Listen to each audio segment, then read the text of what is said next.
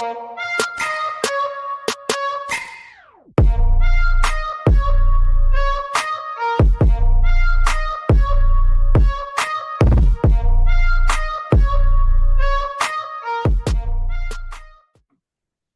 what's up, everyone? Welcome to Xbox Ultimate Podcast. We are going to have a fun time today because we got a lot of awesome stuff to talk about. And yeah, if you didn't see, there's a lot of stuff going on right now in the gaming world. Lots of stuff. You got Forza releasing, you got Redfall updates, you got ABK closing on Friday the 13th. Will be a dark day for many.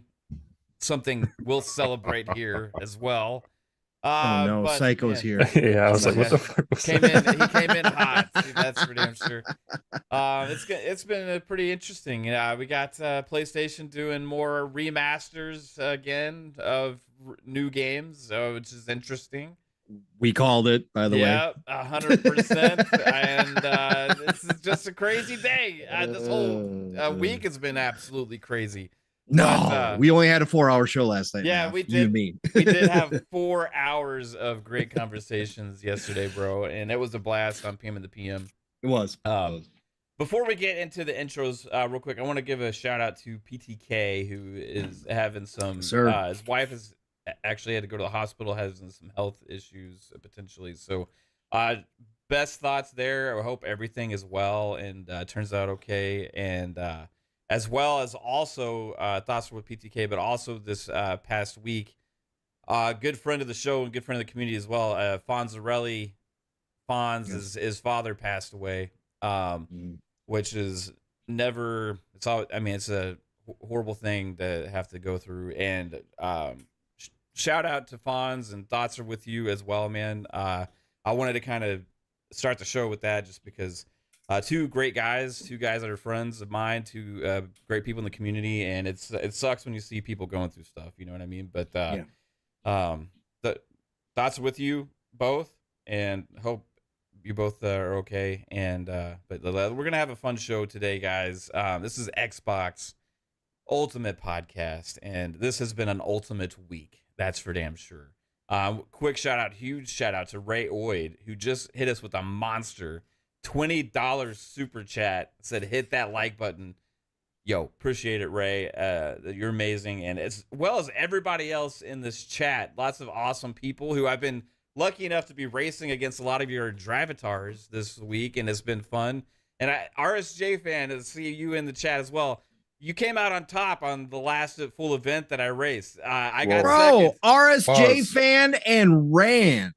Both of them are at the top of the leaderboard all the damn time. I'm fighting against those two, like alternating races. Yeah. 1 minute it's RSJ, the next minute it's freaking Rand. And I know it's not Drivatars anymore, but it's funny that those two names are up there all the time. Yeah, absolutely. Rand always is on the bottom for me, which is funny. Like, whoa, you're always on the bottom for me. I don't mean it like that. Rand, and it was funny because he's the highest level on my friends list too. And he's just like way down there in last place every single time. It's absolutely. I heard that they changed it this year, where like they actually try to pair you up with people that drive like closer to like you. If you crash a lot, they like give you a rating like an S to like D rating or something like that, and they try to like match you up with those ratings. In multiplayer, are you talking about? Because they don't have drivatars anymore. Like they don't do that anymore. It's all machine learning now. So I don't know how that works, but yeah, we just get to have their fun gamer tags up on above the cars to make believe.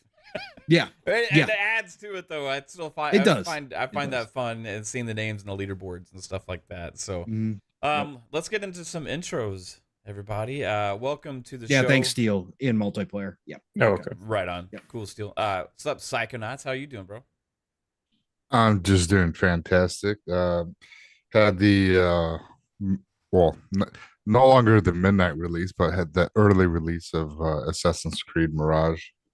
I worked the other day and had a pretty decent turnout. Oh, nice. Had quite a bit of Xbox pre-order, so I was kind of shocked by that. I've seen no one talking about that game though. Yeah.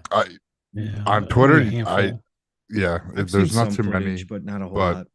It's still selling. It's still selling good though at the store to the casuals and all that stuff, right? Yeah, I mean it's it's kind of like throwback to the old school, Yeah.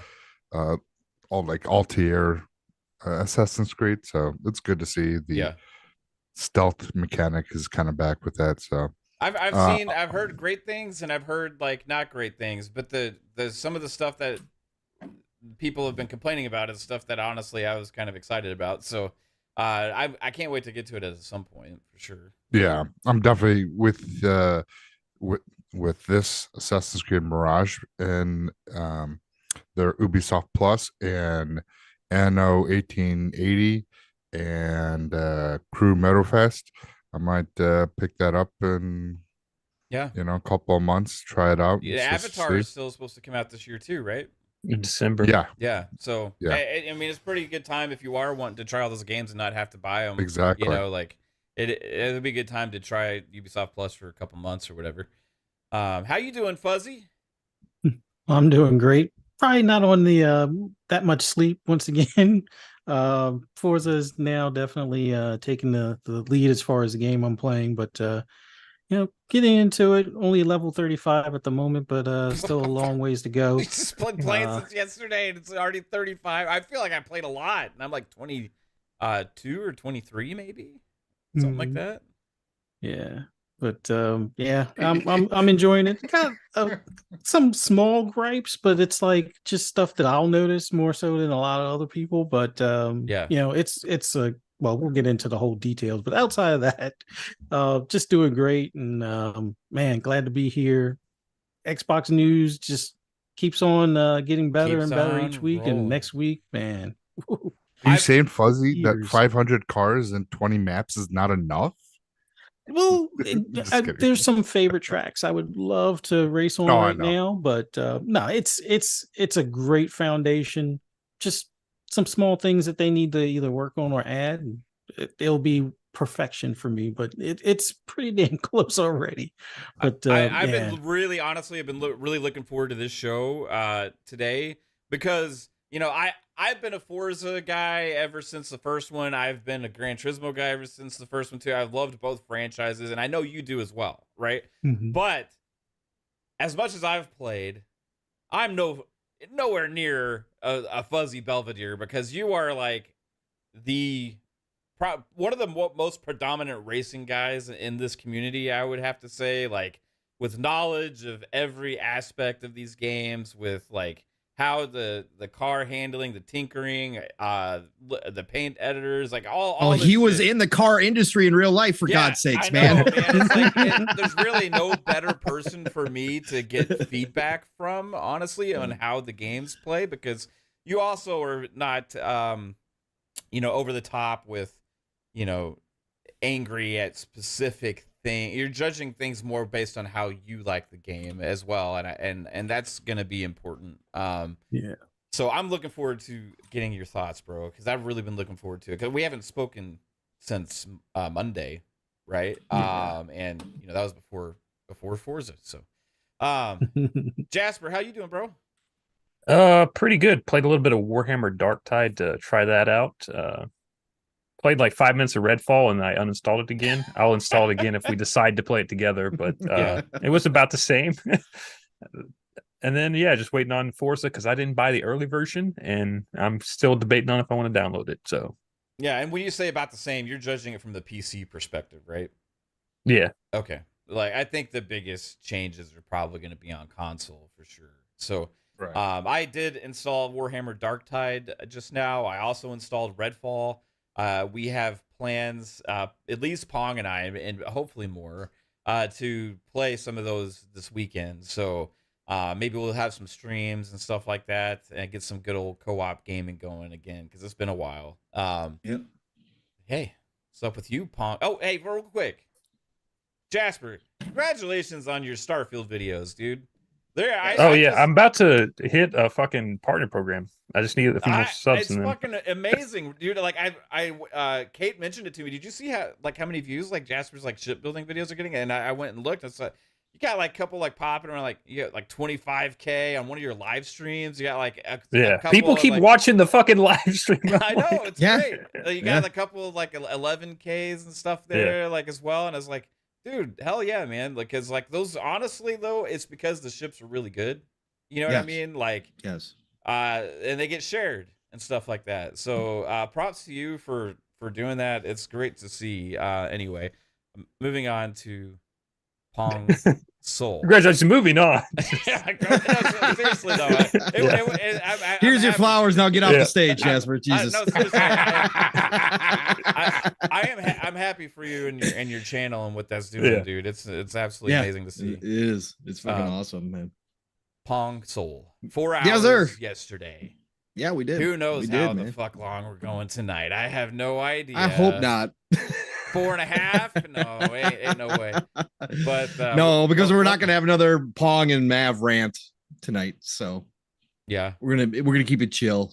We'll keep it chill tonight, folks. That did take up like a good 45 minutes, probably. Yeah, it was a good 45-minute start to the show. We weren't planning on, so that kind of derailed the show early. But no, it's great to be here, brothers. Great to be here on a Friday night. The news keeps rolling. If you guys didn't realize it, chat, first of all, you're all beautiful. And yes, second of all, first of all, Mav, thank you for bringing up Fonz and PTK for sure. PTK today, late today, everything was great. We were DMing in a little bit today, and the next thing I knew, I saw his post. So yes, please, both Fonz and PTK, everybody send extra prayers and energy to both of them. For sure. Again, we do that a lot in this community when things go down, and it's helped a lot of people more so than people believe. So please do that, chat. Chat. If you didn't know, it is the golden age of gaming. Right now is absolutely insane about what's going on. Mav and I, we were like wrapping up the show last night, and then we started talking about more stuff coming out and how Call of Duty Modern Warfare 3 went from I'm not playing that and I'm not interested and I'm talking about me to, okay, they got me again, to Diablo 2, Diablo 4 Season 2 looking fantastic on top of Starfield, on top of Forza, on top of all this stuff dropping in the Game Pass.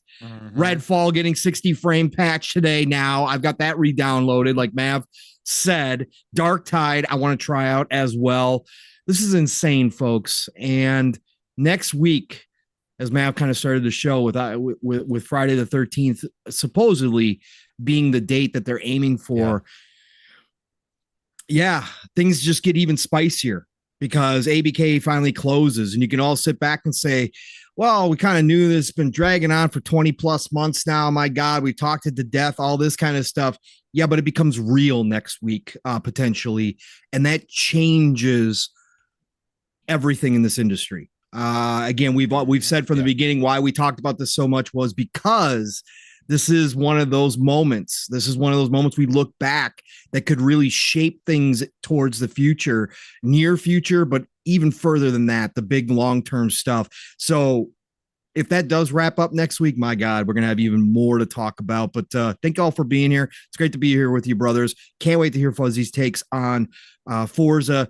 Get Steele's takes on Forza tomorrow morning. Steele's already level 40 something, and he's been playing multiplayer and everything too. So going to get a lot of Forza talk, which is great because we do have a lot to get into. So let's do it, Mav. Let's do it. Yeah, man. And hey, huge shout out as well to Risk It for the Biscuit and the Xbox Infinite podcast crew. You went from Infinite to Ultimate, and that's the way to do it, guys, on a Friday night. So thank you, Risk It. Appreciate that, Risk It, and all the Xbox Infinite panel members and their community for stopping by for this show. Now, let's not waste any time. Fuzzy Belvedere, Racing Guru. I want to make sure you get your mic unmuted before I go to you here. Yeah. Because, Fuzzy Belvedere, the great racer, the man who knows all about these racing games, who has, how many hours do you have in GT7? I think it's like 2,200 right now. Fucking hell. And how many hours did you put into Forza Motorsport 7? It's at least 18 something, 1,900, just under 1,900 hours, I think. Okay, so credentials, okay? I'm just saying, mind you, also, like, when you talk about this stuff, you talk about it in a degree that, frankly, I don't understand some of the stuff that you're talking about, because you're talking about car mechanics, you're talking about like tire roll, and I mean, just like all this other shit. It's like, okay, whatever, right?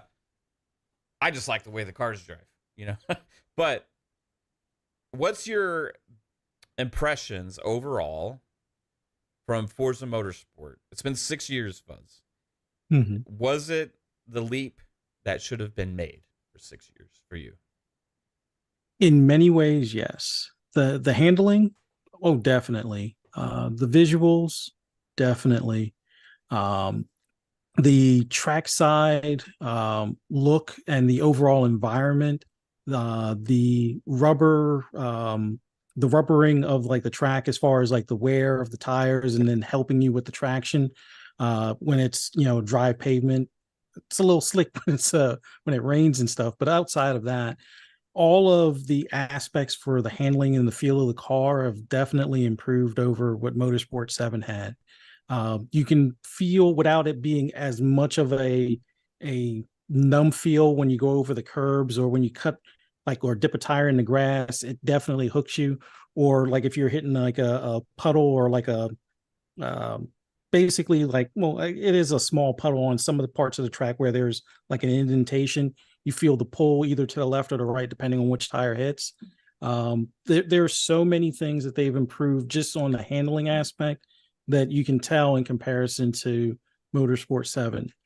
The areas where they could have used a little bit more improvement tend to point more so at like just some of the polished stuff. So the only complaints I have so far have been like painting of, and these are minor things, these aren't game breaking, but they're little nuances or nuisances.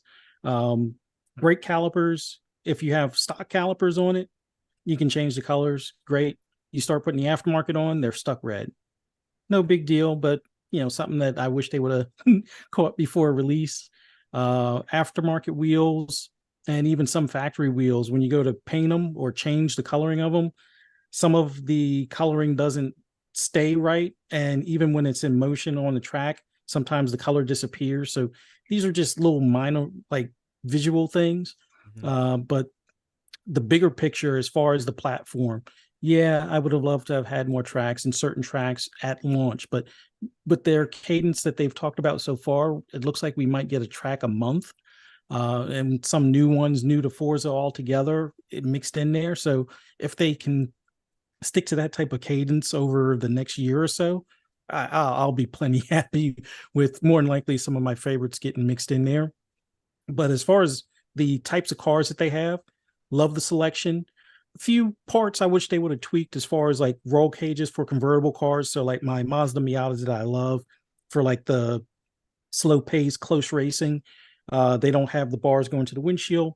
No big deal, but that would be just a minor touch. But the handling of the car, more so than when I play GT7, I'm now having to get reused to driving it stock and then having to build it up, which originally I thought that was going to be a bit of a nuisance as far as the leveling system. But the way I'm going about it, well, a couple of key things. Definitely do practice. The practice before the race will give you a lot of time to get car points or level up the car, probably 2 or 3 levels just in practice alone. Do your best to stick to corners. Do your best to accelerate hard out of the corners, overtake any of the other practicing cars if you can, to get extra points and stuff. Try to avoid contact, try to avoid going off track, and you'll definitely get a couple levels just in the practice alone. When you do level the car up high enough to be able to change the tire compound, consider going with the soft compound if it's a short race without long straights. If it's going to have a lot of long straights and not a lot of turns or switchbacks, do the medium tire. Or you could go with the harder tire if you feel more like you want to have more of a drift or a little bit more looser feel going through the turns. But just the handling aspect is where they kind of nailed it. The visuals, initially I had the similar issue with changing from performance mode to performance ray tracing. Yes, you do have to close the program and restart your Xbox, which no big deal. I think they tried to, in the notes they were saying, oh, you don't have to do anything to do that, but it's the same thing with Horizon 5. Whenever you go from performance mode to the fidelity mode, you got to reboot the game, and in better cases, restart the console. But I love the visual aspects of the game outside of the one or two blemishes like the wheels and things. That's been one of the biggest complaints from some people is the visuals, not thinking it was like, and I noticed some things early on with like some of the lighting and stuff like that. But then also I've done some tinkering and stuff with my settings on PC and things like that. Yeah. And I think that overall, I honestly, like, even the blemishes that I feel like I had early on are kind of have melted away now. So what overall, like, do you see what people are saying about the visuals? And yeah, but I've only played it on console so far. I haven't bothered putting it on PC just yet because I didn't want to spoil things. I am going to eventually transfer over to PC, but the key thing is reboot the Xbox. Like, if you put it in performance ray tracing, reboot it. If you had it in performance mode or fidelity mode prior, close the game, reboot it. It should fix some of the things. The other thing that I think it's more of their own choice as far as the sky. And a lot of times when I see these comparisons, it's the haziness, which you can, on free play, you can adjust the weather so you don't have a hazy kind of like coverage in the area. You can have it where it's like perfectly clear or just some clouds. When you compare it to GT7 and Motorsport, it's always they're comparing the hazy track day to the bright and sunny with very few clouds on GT7. And it makes the cars look dull, because if you've ever seen a painted car in a hazy day, it's going to have more of a dull look. So you think it's just more realistic with the lighting actually affecting sometimes, right? Yeah. Now, the thing I think where they really shine is at night when the cars have their headlights on and you have a car pass across your beams, or you're undercutting them, and you can see how the shadow and lighting, acts accordingly, like what you would expect in real life when the car crosses, or when you cross from behind the car and things like that. So the lighting, they definitely nailed a lot of things. There are some issues I've seen on replays, which I want to be perfectly clear and upfront on this.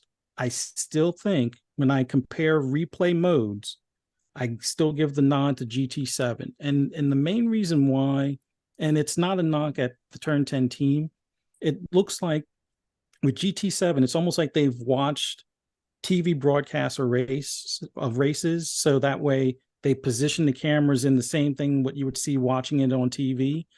And Motorsport doesn't seem like they do that. So they've done better. Would you agree, Fuzzy? Yes. I brought this up last night. The hill cameras and some of the corner cameras are much, much better than they used to be. Yes. But it's still not quite correct where it could be, but it is an improvement over Motorsport 7 by a good bit. But I still give the nod to GT7 just from a camera aspect, not the visual, just the camera locations and the scenes, and when the cars fly by, or packs or group racing and things like that.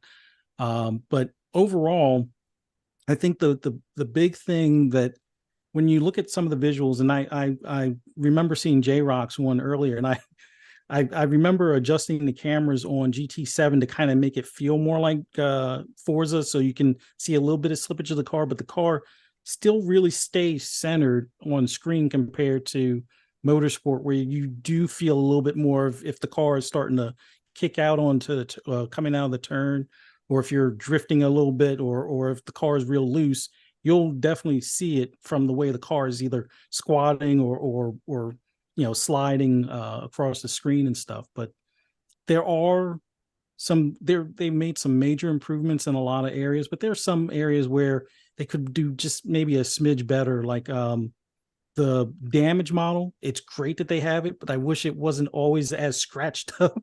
But then again, the key thing is try not to make contact and you'll have a clean car at the end of the race. But overall, the visuals, I'm happy with what I see.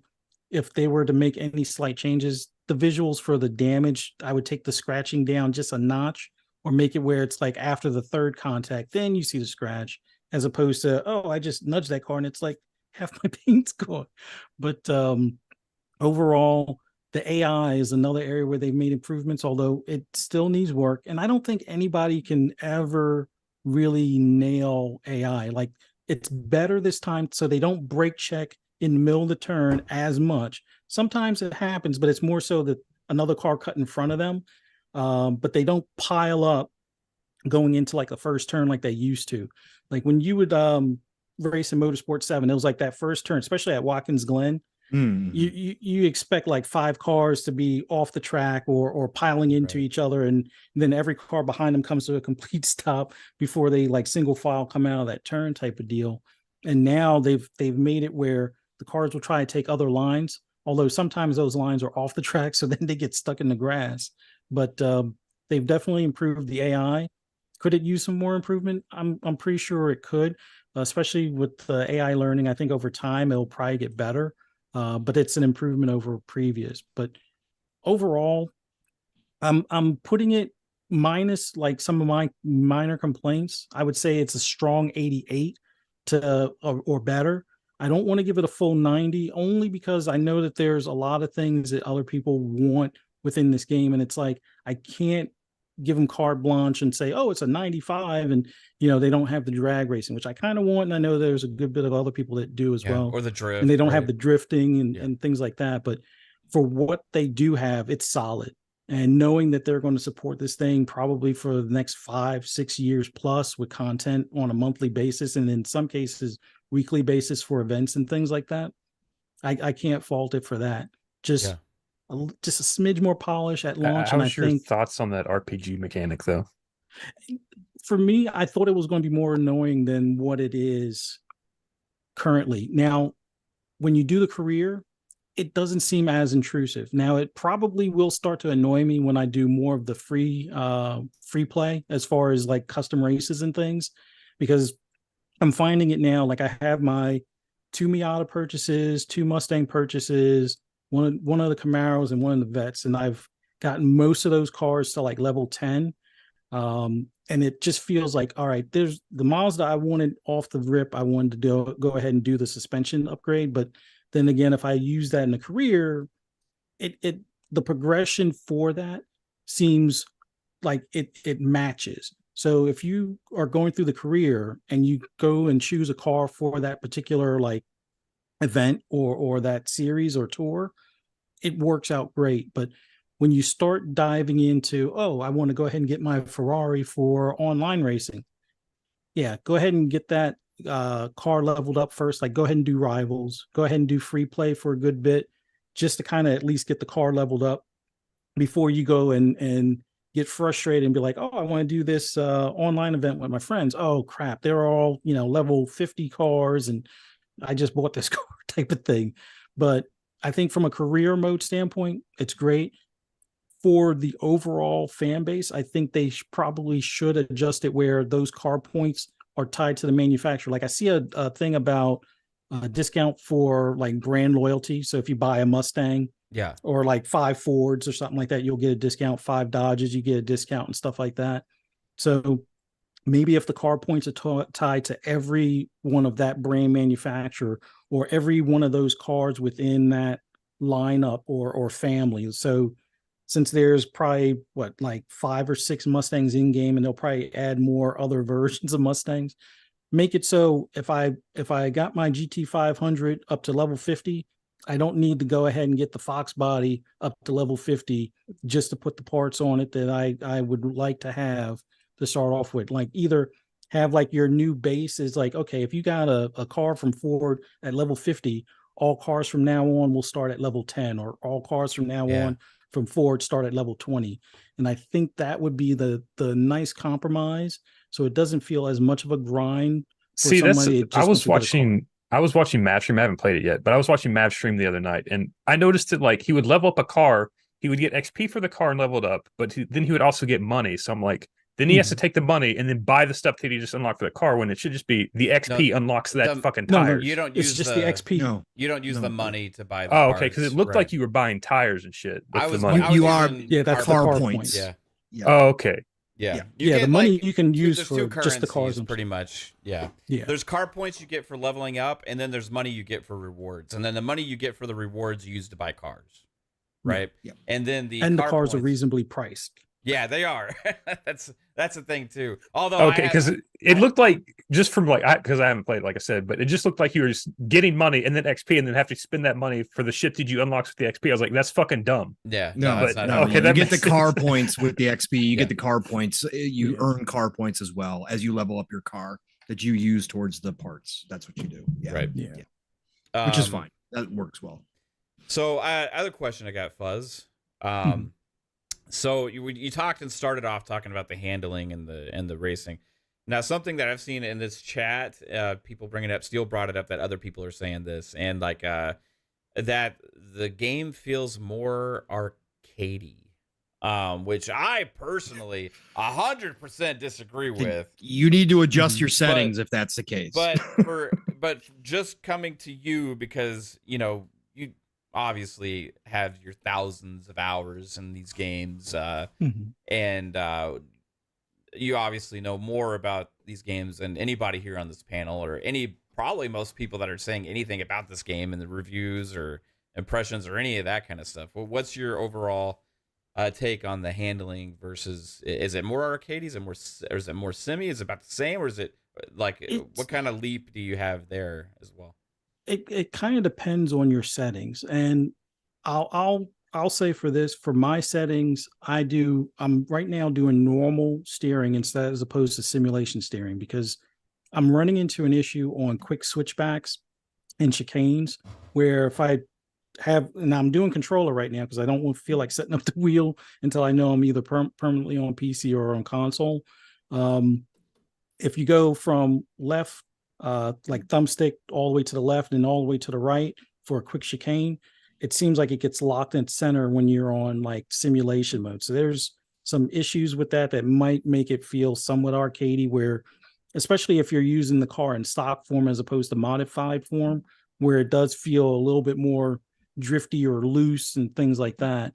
But the traction control, I have it on sport, only because most cars in real life, you can't, unless it's a dedicated track car, you can't turn off traction control completely without pulling a fuse.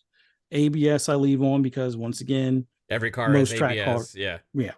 Now, stability control, because most cars you can turn that off, or at least the cars I've driven, without having to pull a fuse, I'll turn that completely off. And that gives me like the happy medium of what you would expect the real cars to do in a lot of cases.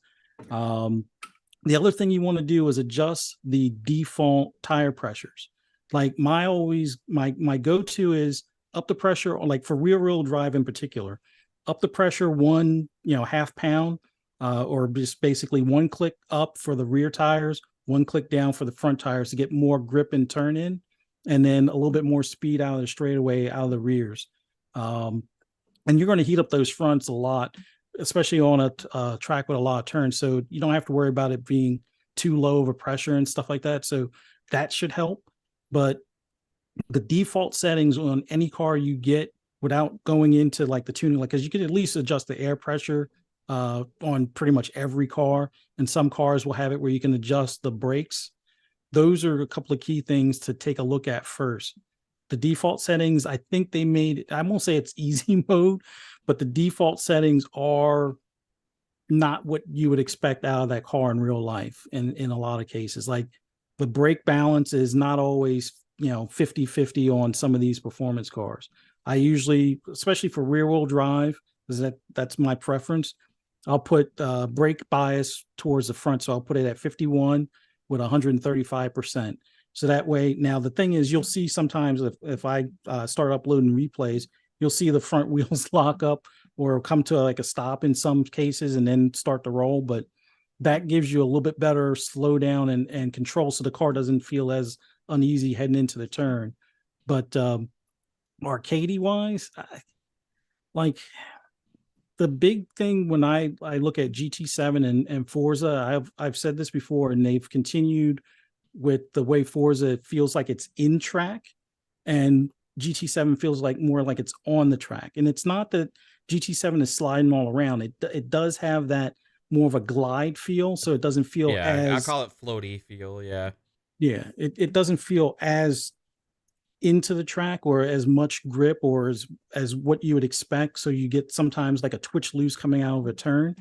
But when it comes to Forza, you feel the brakes biting in the nosedive until you get, better springs to prevent that nosedive and stuff. You feel the brakes gripping and slowing the tires down and the nose, setting forward and stuff like that. If you're accelerating out of turn, you do feel the nose lift up and it's squat on the rear, at least for rear wheel drive cars and things like that. So it has, based on your settings, it has the potential to feel completely sim or to feel somewhat arcadey. But if you're just going with the default stuff, or if you've been one of the fans of turning everything off, I haven't gone that far yet, but like I said, the sim steering, at least on a controller, isn't there. There's something wonky about it right now. But turning like traction control off, ABS off, and stability control off, sometimes that will make the car a lot more slidey. So if you feel like you're drifting everywhere, it's because you may have to adjust your dead zone on the throttle. Because if you're giving it more gas than what the tires are able to grip to, then it's going to feel like it's always drifting going around turns. If you're getting to the point where it feels too twitchy going through the turns, you may have to add to the dead zone on the steering control on controller. Now, I haven't used wheel yet, but it looks like, just based on how the settings are, for those that use a wheel, it should be an easier or better overall out of the box feel without having to manipulate the settings as much, because it looks like a lot of stuff is set, more like it's for a steering wheel, but for controller, you will have to adjust your gas and brake as far as dead zones, and steering possibly for your dead zones. Another thing, make sure your parking brake button or whatever you use for parking brake is convenient. If you like using that for turns or to at least get the car woed down if you missed your brake point or something along those lines. But for me, I would say it feels like a sim racer that, with the aids on, could be arcadey, but the way I have it set up, it feels more like what I would expect the cars to feel like. But once again, if you're starting with stock suspension or stock cars, they're not going to handle all that great. Default controls kind of be a little bit more accessible, right? So, and that's kind of great. And I think early in the game, right away, it kind of lets you choose from like a couple different settings. Like, do you want to go all like sim, or do you want to go all like medium, or do you want to go like easy or whatever? And I kind of usually go for the middle ground, right? Like, I'm using the brake assist right now just to learn the tracks. I don't like the full driving line all the time. I have, traction control on, ABS on. I didn't turn off the what was the other one? Stability. Yeah, I didn't turn that off, but maybe I'll try doing that now. But and I also am using automatic, whereas usually I get into these and I end up going manual eventually, right? So that all that stuff's gonna make a huge impact. You're playing with brake assist on? No, not brake assist. It's about the brake line. Brake line. Brake line. No, I ain't not I was gonna say, like, Jesus. I mean, you Christ. could use brake assist with this. Like, it has the accessibility to be able to turn everything on. Yeah, you can have the car pretty much where you're just kind of moving the stick around, and if you want, you can even have like acceleration assist. That shit annoys the fuck out of me when it breaks your car. It's like, no, I got an extra second before I need to brake. It was funny when I did. When I was 16, I did my or 15, I did my driving school, like driver's ed or whatever, and then I passed and everything, and then they do this like one final drive thing with you, right? And like I was feeling confident, I was on a high or whatever, I passed my driver's ed test, I'm just gonna go on this final drive with this douchebag to my left who's judging me and stuff. Well, like, he didn't like the fact that I wanted to turn right at this red where the traffic was coming. I had plenty of room to go. But I was like, started going in the middle of my turn. He slammed his ass on the fucking brake right next to me. I'm like, bam. And he's like, are you trying to kill us? I'm like, dude, like, we got plenty of time. What are you talking about? And anyway, yeah, I don't like people braking for me either. I would never use brake assist. I have trauma from that one time. Yeah, but I do like the driving line right now just to have for the braking line where you're supposed to know where your stopping zones are, because I feel like every Forza is slightly different with this, and like you gotta get used to the track, and I don't want to spend all my time running into the fucking grass, dude. Like I just don't. But anyway, I don't like using rewind either. So I was gonna ask Fuzzy, have you noticed anything with the tires, as in if you have certain tire pressures, does it wear out the tires more? Do you get better grip? Yes. Does it better handling? All right, so soft compound, if you go with the race tires, soft compound definitely wears, and the smoother you drive, the less wear you'll notice. Like there were a couple of laps early on where I was just, you can hear the tires grinding, and as I started getting into the rhythm of things, where I could smooth it out and not have to, cut the wheel and jam on the brakes as much, it seemed like the tire wear slowed a bit, so that, like, you'll see right next to the tire, there's like this little line, and it'll start to tick down as those tires wear. I tried doing like an extreme, what do you call it?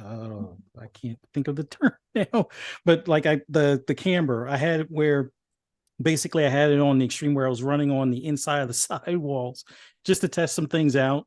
And it was generating a lot more heat and wear on those particular tires, but those were either the street or the sport tires. I was just playing around to see if it would start to wear out. And you can tell that, like, after about lap 3 or so of doing that, you don't have the same grip that you did going in the first turn, even though the car is lighter because you're spending fuel. Because I also have it where it's doing tire wear and fuel. Even though like your car is getting lighter as you're using the fuel, you're not able to, like, you'll start to oversteer because the tires are just, they're used up at that point. So you're not going to make the turns like you used to. So they definitely improved it. So camber and caster does also play a huge role in this. Yeah. Okay. Right on, man. Hey, Razor NZ, super appreciate it, man. Hit us with 10 gifted memberships, dude. Razor, you rock. Congrats. Let's go. Who's gonna match it? The train has started, everybody. Choo choo. Let's go. We need at least 20. We're going for 20. So I want to see a 5 spot. I want to see another 10 spot. Let's get this train going. That's right, folks. And don't forget to buy some Fun Speculation Network coffee. That's right. Start your day right with magical beans from the one and only Mav. That's right, everybody. Get ready. Orders are going live. Now that my opening monologue is over, I would like you all to join me for. Oh man, no more refudges going on here. You also got to do the glasses. Hey, but Mav, it's working. working. He does his glasses thing where he shakes the side of it there a little bit. But Mav, it's working because you're not showing ads in the middle of our show. So Alvin, thank you for the 10. There it is. 20. We hit the 20 train. Let's go, everybody. That's right. The stretch goal is on. The stretch goal is now 50. Let's go, folks. Let's go. Keep those ads from coming on screen. Let's go. We need a 50. Let's do this. Mav would take his shirt off at 50. Caitlin was gifted a membership. Welcome, Caitlin. To the speculators. Psychonauts, you were gifted a membership. Welcome to the speculators, brother. Because that's how we do it here on Fun Speculation. Let's keep this going. Appreciate you all. Let's go. Thank you guys. I super appreciate it. Oh my God. I can't help it, man. It's so classic, so bro. Man, Fuzzy, that was like a freaking thesis, bro. It was amazing. As everything I hoped for. I was like anticipating. I was like, what is Fuzzy gonna have to say? Like I can't wait.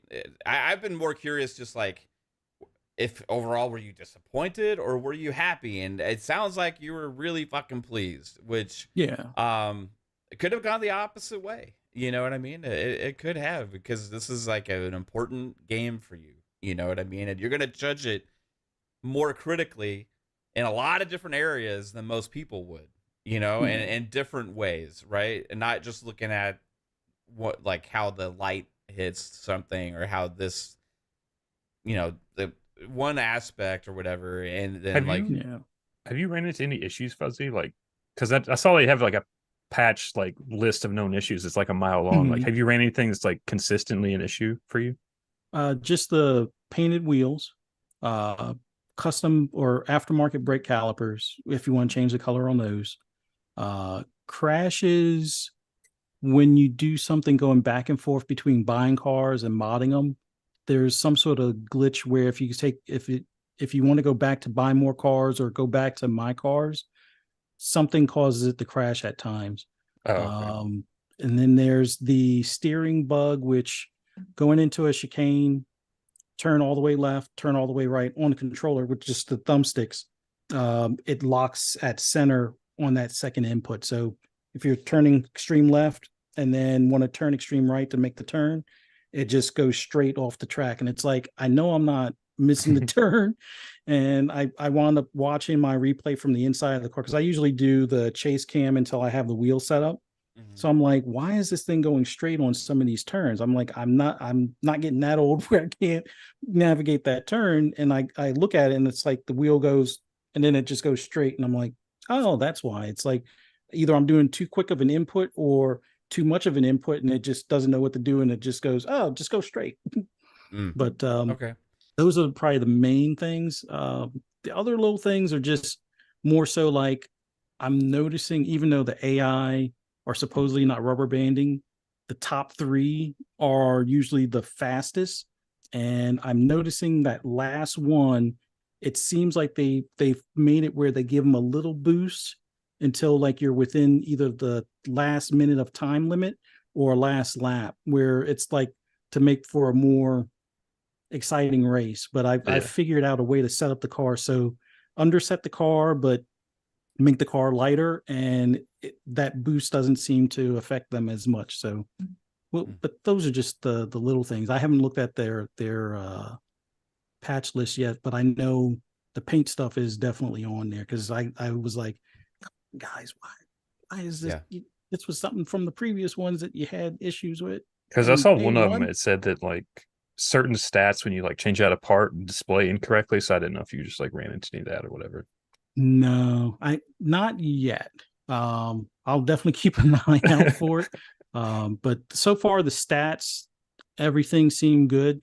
Setups, it's like a relearning to some extent compared to the previous ones, even though it's a lot of the same parts. But a lot of this stuff right now, I think it's got some quirks to it that hopefully by the 10th they have a patch ready to go. So the launch day, the official launch day crowd aren't like, why are my wheels gray, or when they're supposed to be chrome or supposed to be black or something like that. So we'll see.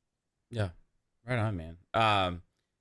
There was one thing I was having on PC, which was a weird thing, and I was trying to figure it out with you guys in the messages earlier because it was bothering me. Like, there's this one thing on PC that was happening, and it's when the main home screen view, when you see the car kind of moving around and it switches camera angles.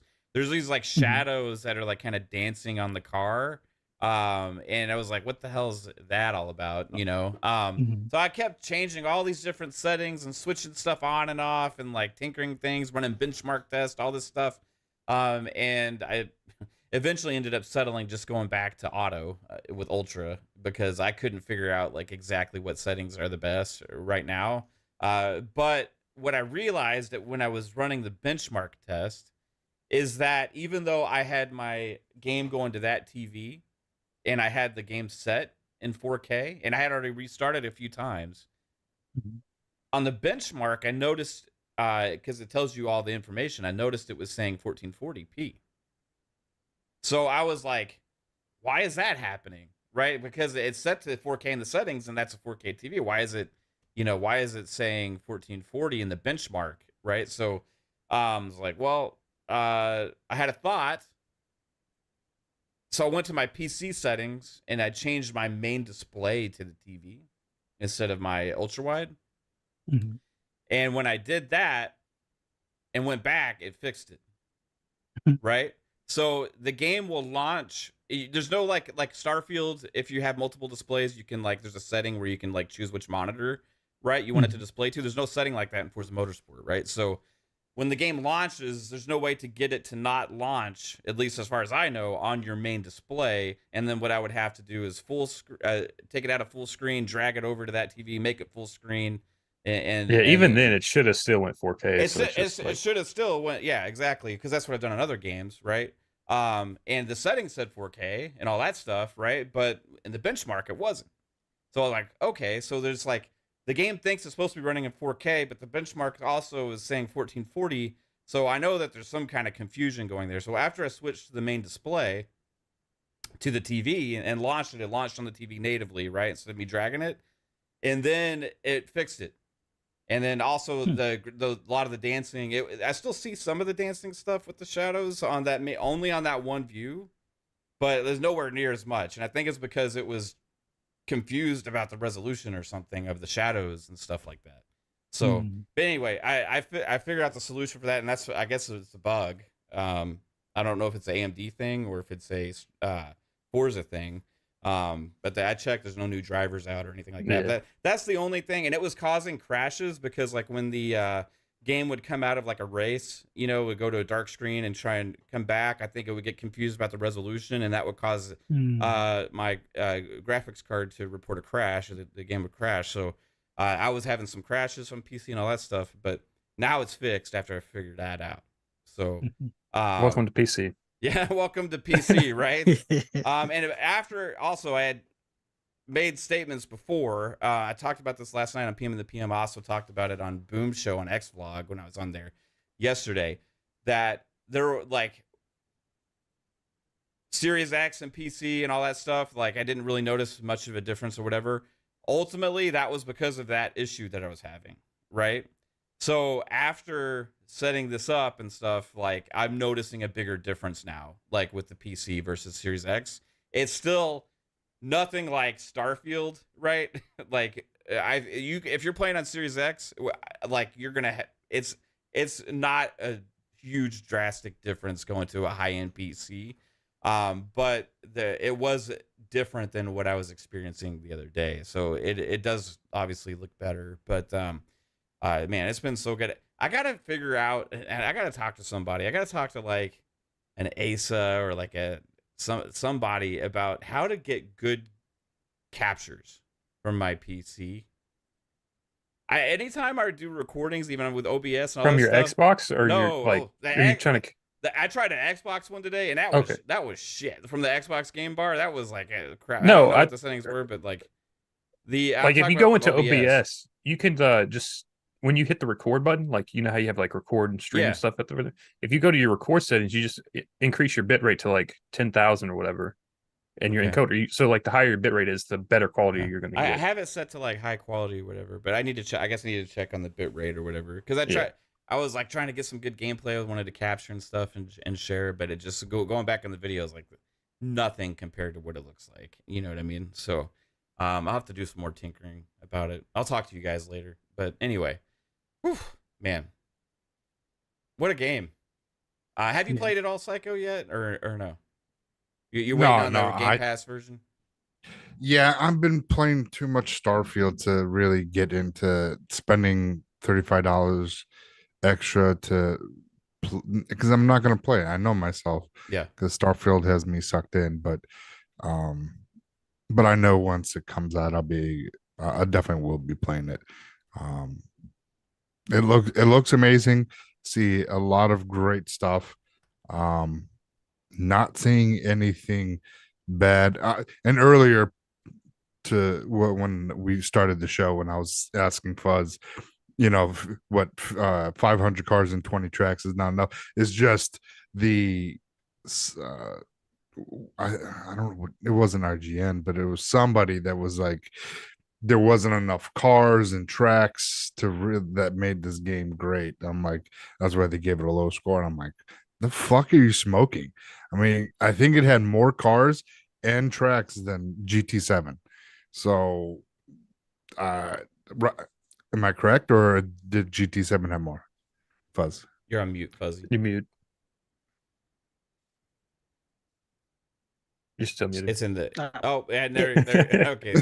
Jesus. Okay. Welcome back. No, it has at least I want to say 60 to 80 cars more at launch than what GT7 did. And I think it has one less track, but it has more real tracks than GT7 had at launch. More real tracks. So if you're into real tracks, that's which I prefer myself. Yeah, it's more it's a landslide. I think it's something like is there more track variations? From start, yes, because GT7 when it launched didn't really have many variations, right? And that's something that they've added since to some of the tracks that already have it. Like there's variations that are in Motorsport that aren't in GT7, like what do you call it, Laguna Seca. They have this new short track, which I've never actually seen any race setups for it. So I'm wondering if it's something that they custom made for them, or if it's like an old layout that they used to use that they no longer use. But GT7 doesn't have that short track layout, which connects the long straight from the front to like that second long straight on the back end when you start to go uphill. So they definitely have a lot more variants of the tracks that they both have in common. So with the exception of Nürburgring. That's the only one that we got to wait until spring to get the other variation of it. Man, that's awesome. It's a freaking awesome game, man. I haven't felt this way about a sim racer in a long time. Like I love sim racers, I always have, but like this much, like this has got this addicting quality to it right now, and I think that's most people that have been playing it. That's what they've been kind of feeling too. I like Pong is.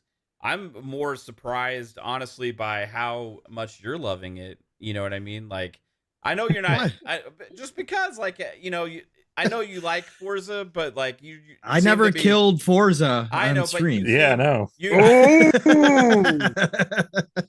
Well, yeah, you were more of a Horizon guy, though, right? No. No, I am pretty much split down the middle. I enjoy both, but no, I was a GT guy forever, right? Back in the day on Sony. I love sim racing. I love my arcade racers too. Obviously Need for Speed and all the rest, but no, I love sim racing from the get-go. So I'm pretty much split down the middle. I enjoy both for what they provide. And that's the way I've always been. I've played both equally, I would say, through the years for sure. Absolutely. Yeah. So no, Forza, this Forza Motorsport, I already spent a lot of time talking about it last night, is definitely has raised the bar. Turn 10 did what we all believe they would do. I've got my nitpicks with it, which I talked about last night. Shout out to Cyber, who's still giving me a hard time in the chat for my cloud expose last night. My clouds thing. I certainly have my nitpicks, but one thing we didn't talk about last night, Matt, which I don't think either one of us brought up, and I got to give huge, giant kudos to Turn 10 on this as well, is the sound. What they've done with the sound is unbelievable. It feels like they went back and really said, okay, what else can we do better here?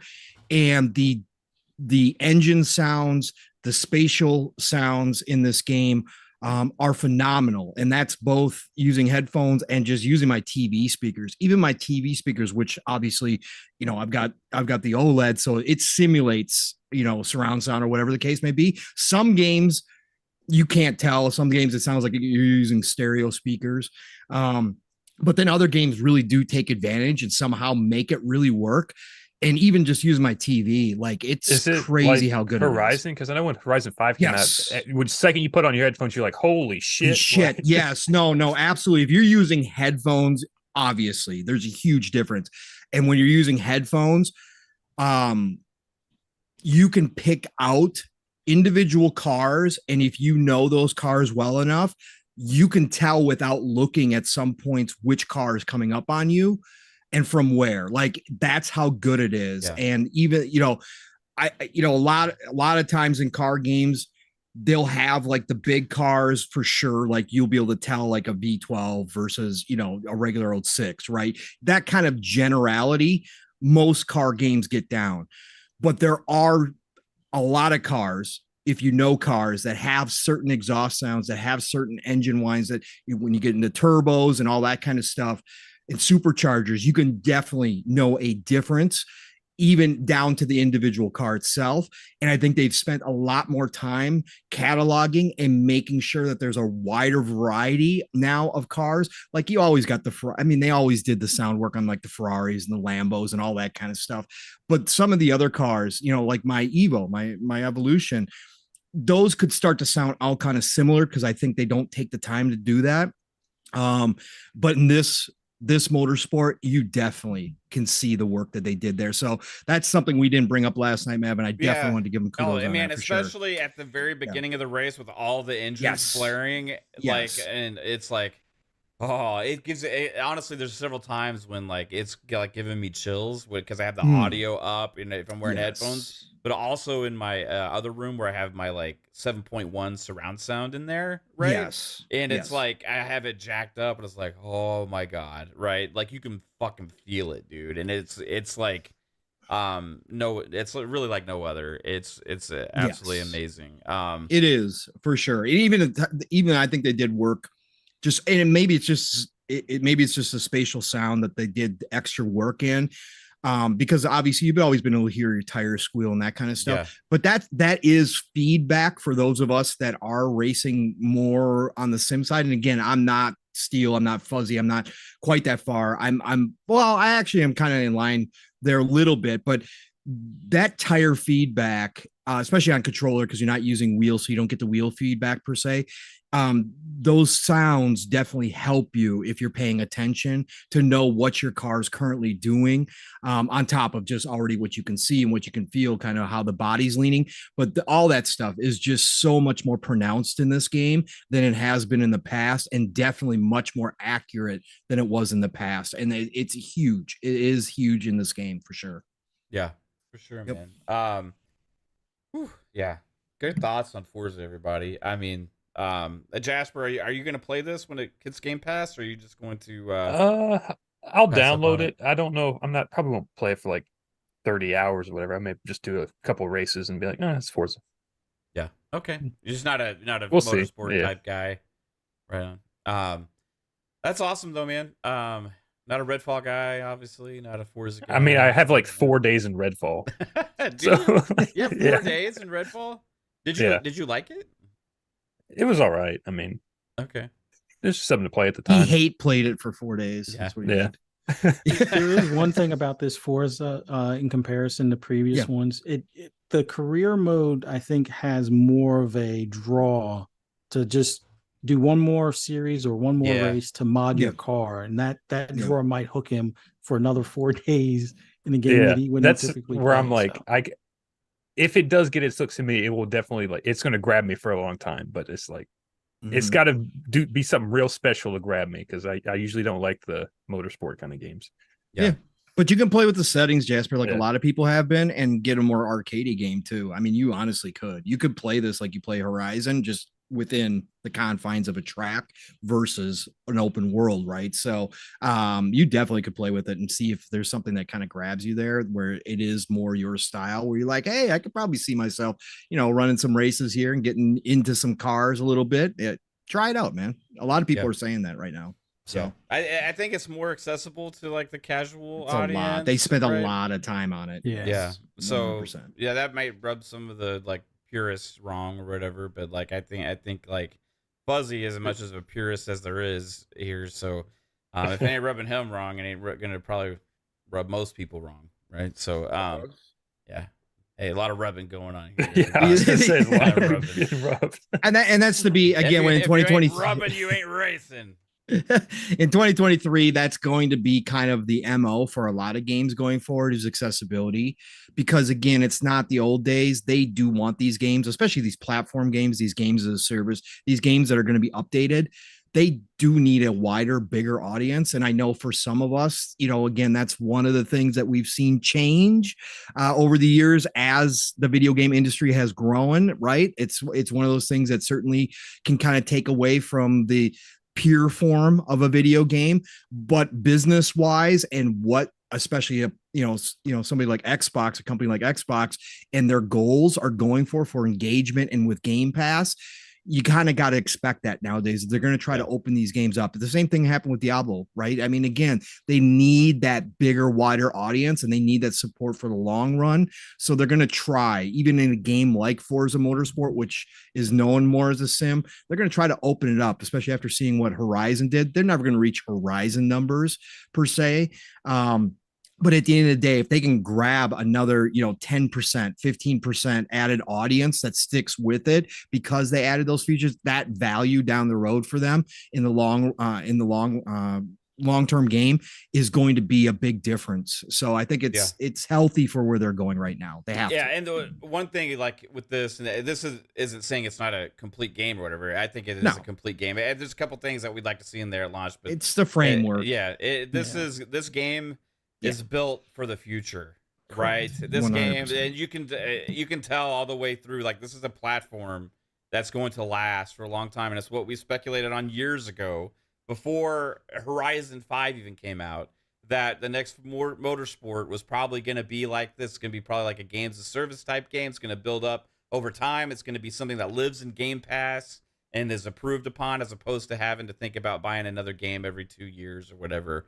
And I think it's the right approach with this, and getting the ground and the framework right, like for all the achievements that they did with the things that matter the most, with like the graphical fidelity and the handling and the way the cars feel is like spot on, like amazing. And they're probably going to make tweaks and changes based on feedback from the community and stuff like that, and especially from some of the diehard Forza fans out there. And I can't wait to see what all they do to this game over time, man. It's going to be something to see for sure. Fuzzy, I didn't hear real quick. Sorry, Mav. I know we're kind of moving on here, but real quick, Fuzzy, I didn't hear. Did you play some multiplayer yet or no? No, haven't tried the multiplayer. Just custom races and the what do you call them? Career stuff. I want to try multiplayer, but I want to get my Mazda MX-5 to my liking first. Of course. You got to be comfortable with the car you're going to run in there. I can't wait to hear Steele's thoughts on the multiplayer tomorrow morning. Right, and that's what I was going to say, because I just saw Xberk in the chat too. Shout out to Xberk, who said that he's loving that they focus more on multiplayer, and Steele said that absolutely the multiplayer was definitely a step up as well, which is, again, for me, I could care less because I'm never going to do multiplayer unless I race with you guys at some point. I'm never going to do. It's never been my thing. But obviously, that's another aspect that keeping this game going down the road, if they can get that multiplayer up, and they really did do work on it, that's also going to increase that engagement and that long-term viability. I kind of feel like that's been a little bit of a weak spot for motorsport ever since like the 3 or 4 era. Like, there was a time when like they kept adding so much cool shit to multiplayer, like early on, like Forza to Forza 2, Forza 3, Forza 4 and stuff. And at some point it kind of got away from that. There was a lot of features we used to have back then. I remember doing car club races and all these kind of things that was all built into the game, and split screen. Oh, jeez, bring out split screen. Yeah. But all of that stuff, back in the day, and I feel like it's exciting for me to see what people are saying about the multiplayer, for sure. I haven't tried it yet either, but I'm just enjoying the hell out of playing through these series and stuff, right? But the other thing that I just happened to hey, I'm gonna go buy a car randomly, right? Man, I was so excited because I saw a 2003 Celica. I can't believe you hadn't looked in there. I was telling you last night, that's what I went and bought, was all the older cars. That's why I said, Mav, you don't even go buy some of your favorites, because there is older stuff in there. Because you can't use a lot of them for the series that are available there yet. So like the Celica I bought, literally I can't use it for anything that's available to me right now because I haven't unlocked it yet, right? But you can go into free play. And that's what I did. And I was having a blast, and I love I love the way the free play works too, because there's no they take away the practices from free play, right? So but the way it works is you just go into free play, you set up like a race, right? Track, time of day, all this stuff, and immediately afterwards it just immediately puts you in another race. Correct. Yep. Just keep going. Just seamless, like just another one, and then you're leveling up the card while you're doing it. It's absolutely amazing. I saw people in the chat earlier when Fuzzy was having his long discussion about Forza.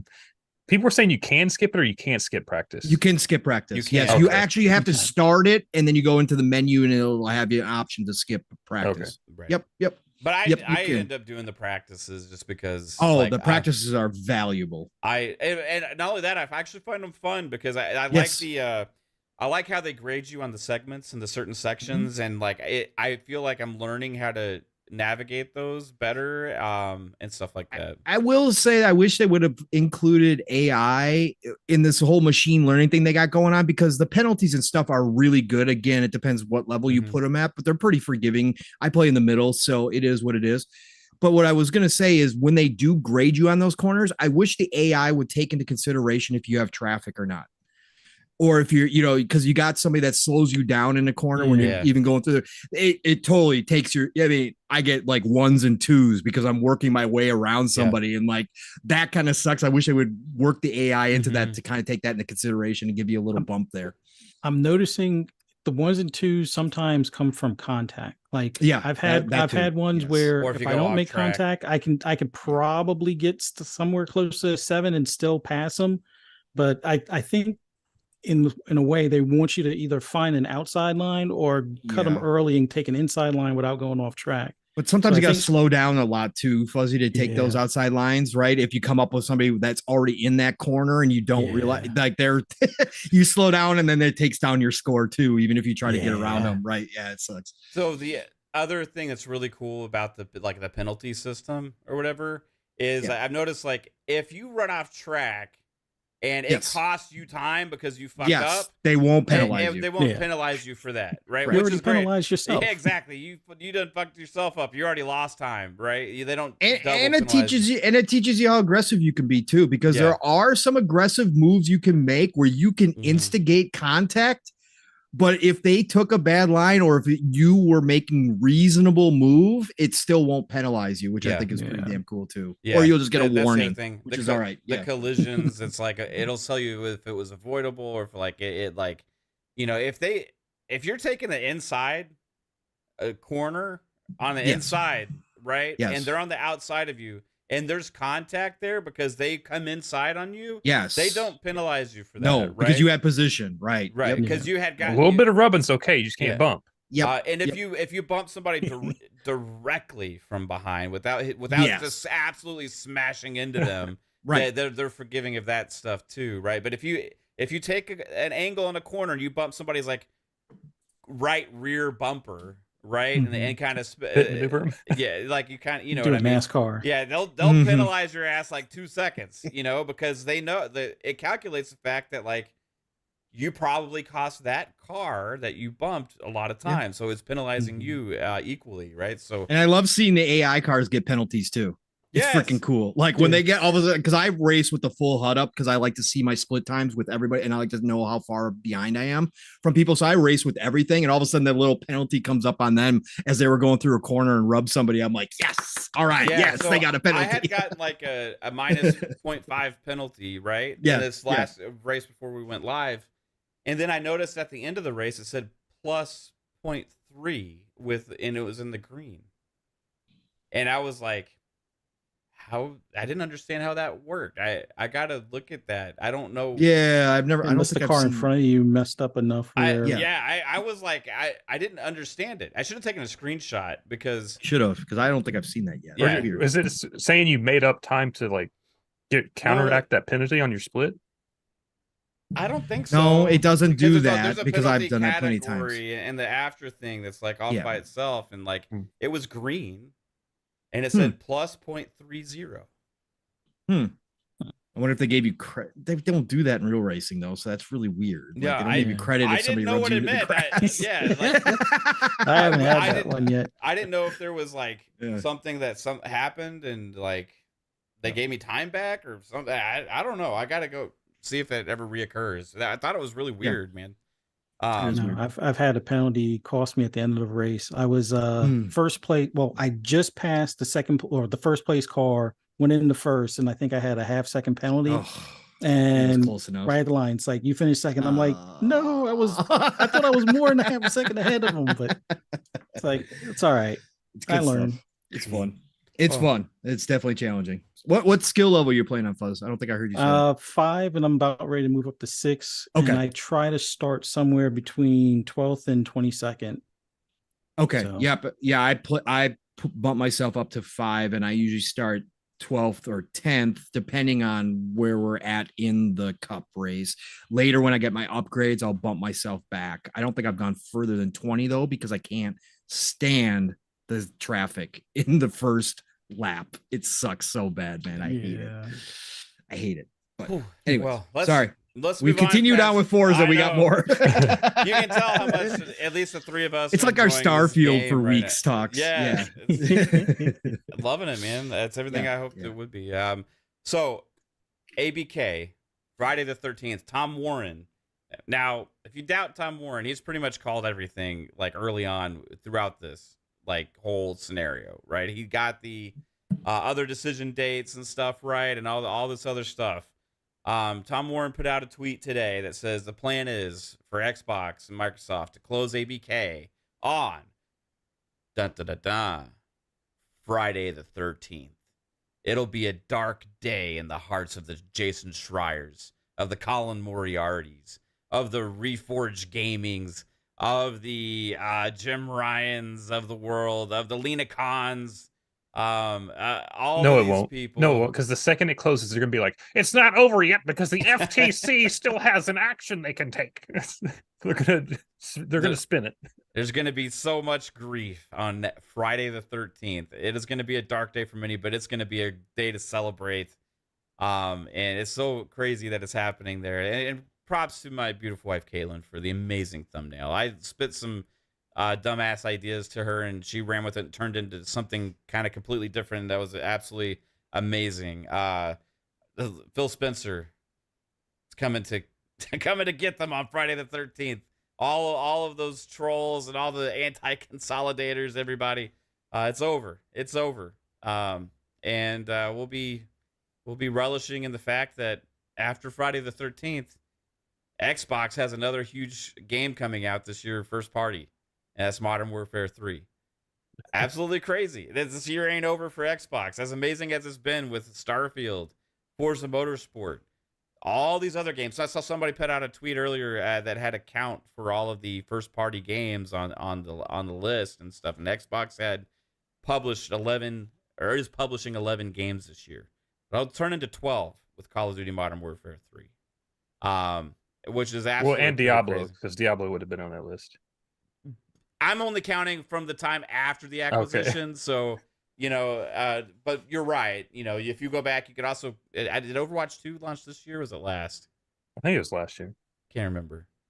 Candy Crush 2.0, whatever. I don't know. Yeah, there's definitely going to be a lot of salt next Friday. So we actually have a show next Friday too. That is Xbox Ultimate in a week from now. This could be an insane Friday next week. Like Pong was talking about on the intro, industry changing moment, right? Once that deal is closed, ABK belongs to Microsoft. Call of Duty will belong to Microsoft. Diablo and the season 2 launch and all these other things that Pong was just talking about, all this stuff will belong to Microsoft. And we can start to look forward to the benefits as Xbox consumers, as Game Pass subscribers, and all of these different things that we may get out of this deal. While the others are going to be crying, saying this is the worst thing to happen in gaming ever and all this kind of stuff, we will be relishing in the benefits as consumers of Xbox that we will get. And I just absolutely can't wait for it. This seems very legitimate that this is going to happen Friday the 13th now of next week, 5 days before the 18th, which was the deadline to close. This is going to be pretty crazy. Do y'all think there's going to be a lot of interesting discourse next Friday after this happens? Or do you think they're going to keep quiet? It's going to be one of the two. If they do close on Friday, the first thing I want Xbox to say is how that affects Game Pass and what actual the stipulations are with the games that have been Sony partnered, like Call of Duty, for example. Like, is that coming to Game Pass this year? That needs to be like one of the first things they address. Yeah. How long do we do? How long will it be before they're able to talk about that stuff? Because Phil. Well, I don't know. Phil already came out and said, it's going to take a while to get some of these games into Game Pass, right? I remember after the ZeniMax Bethesda, they kind of rolled stuff out in batches, right? It didn't take that long, I'm not necessarily talking about the date, but like Call of Duty's still going to be a month away from launch at that point. Like, yeah, you could come out and say if they can have Call of Duty Game Pass, they could come out and say, yeah, shut up, Psycho. But Diablo, on the other hand, like Diablo's already out, so like however long it takes, they could also say that that's going to come to Game Pass eventually too. Like, just give us a date. Like, that's all I'm asking. Just tell us what's coming to Game Pass. What is if they can? If they don't say anything, then it's probably because of the marketing deal with PlayStation, right? Is that what you're thinking, Psycho? Yeah, that's exactly what I was. The whole marketing deal. If it's still in place, we won't see Call of Duty, which is in Game Pass, which is it is what it is. Let Sony have their last hurrah. No, fuck and they can. Well, we don't want to, have them go under. So the Xbox is different from PlayStation. They won't They won't try to pull Sony and what they did to Sega. So they will, look at Microsoft help bail out Apple. So they want competition. Sony hopefully will get there, but doing fucking remasters ain't doing it of a game that's not even that old. But besides that's that, a whole other thing. Exactly. But with the whole Activision thing, it will be a glorious day. We will relish the salty pony tears that have been crying this entire time. You're gonna be bathing in salty pony tears, Psycho. Yes, I we know all how good are. that is for your skin. It's fantastic. As long as you shower it's afterwards, like you're Epsom fine. salt bath. It'll be about It's the like same. swimming in the ocean. It's like swimming in the ocean. It's great for a bit, but you always go home and shower up because you don't want that shit staying on your skin. But it's going to be fantastic. We're going to have so many people out here crying. I mean, they're already calling Monopoly and all this crazy talk from just announcing getting ABK. Once it finalizes and this is like for real, because they're still, they're just in la la land. They're in denial. They're hoping that CMA is gonna like do a 360 and be like, oh no, we changed our mind. They're still holding out for that. They're still holding out for the FTC to come out. Even the gamers lawsuit, they still trying to push this thing, and it's just like, yo, if you got money to burn, why don't you just buy an Xbox and play the game that you're complaining that's not going to be on your console? So at the end of the day, it is what it is. We know that Sony can't match this type of acquisition, but what they can match are good games. So they need to put out good games instead of faltering on and hoping third-party deals that cut out a whole entire console. They should have looked at that and been like, hey, that was a bad strategy. That was a bad decision to make because they're fucking taking the gaming world by storm with Bethesda or ZeniMax, now ABK, and they're not done. And they've said that. It's not going to be huge. ABK is probably going to be one of those, probably the biggest transactions in history outside of Apple buying PlayStation. But other than that, we won't see this, or Amazon. One of the two. Yeah, I think one of those my two money's are going to on buy Amazon out of the two, just because of regulators. Just because of regulators, my money's on Amazon. But we'll see what that happens, man. It's like this is going to be like the biggest deal in gaming history. It's definitely the biggest deal in Xbox history for sure. And this will also be the biggest deal in gaming history for a very long time. It's really interesting to try and think about the implications of this long term and stuff like that. But before we do talk more, I gotta give a huge shout out to Bob. Game Pass Dad just got back from a comedy show. What up, yo? What's up, dude? Long time no see. So glad you're able to make it, man. I'm excited to be here. I've missed all the big things. Yeah. We're owning everything. That's what right. She said. Xbox is here to monopolize everything. We love the game and the top hats. We're gonna win it all. Yeah. Can I play as the little it's thimble? a sport. Hey, Yeah. did you take any the groupies thimble. home? Mav's the fucking iron. Dog. I don't know. I usually like to play as the dog. Yeah. Oh, well, you called him. You just soul read his ass. No, thank you for letting me jump in. It's good to be here. Hey Bob, did you bring any groupies back home? No, that doesn't work that way. Okay. Well, you know. I put on the kimono so it looks like there's groupies, and so people talk random crap about it. I'm an Xbot. We're partying. You needed the pipe and just send them. And just what does the puff pipe do? Oh, you mean like the caterpillar from like Alice in Wonderland?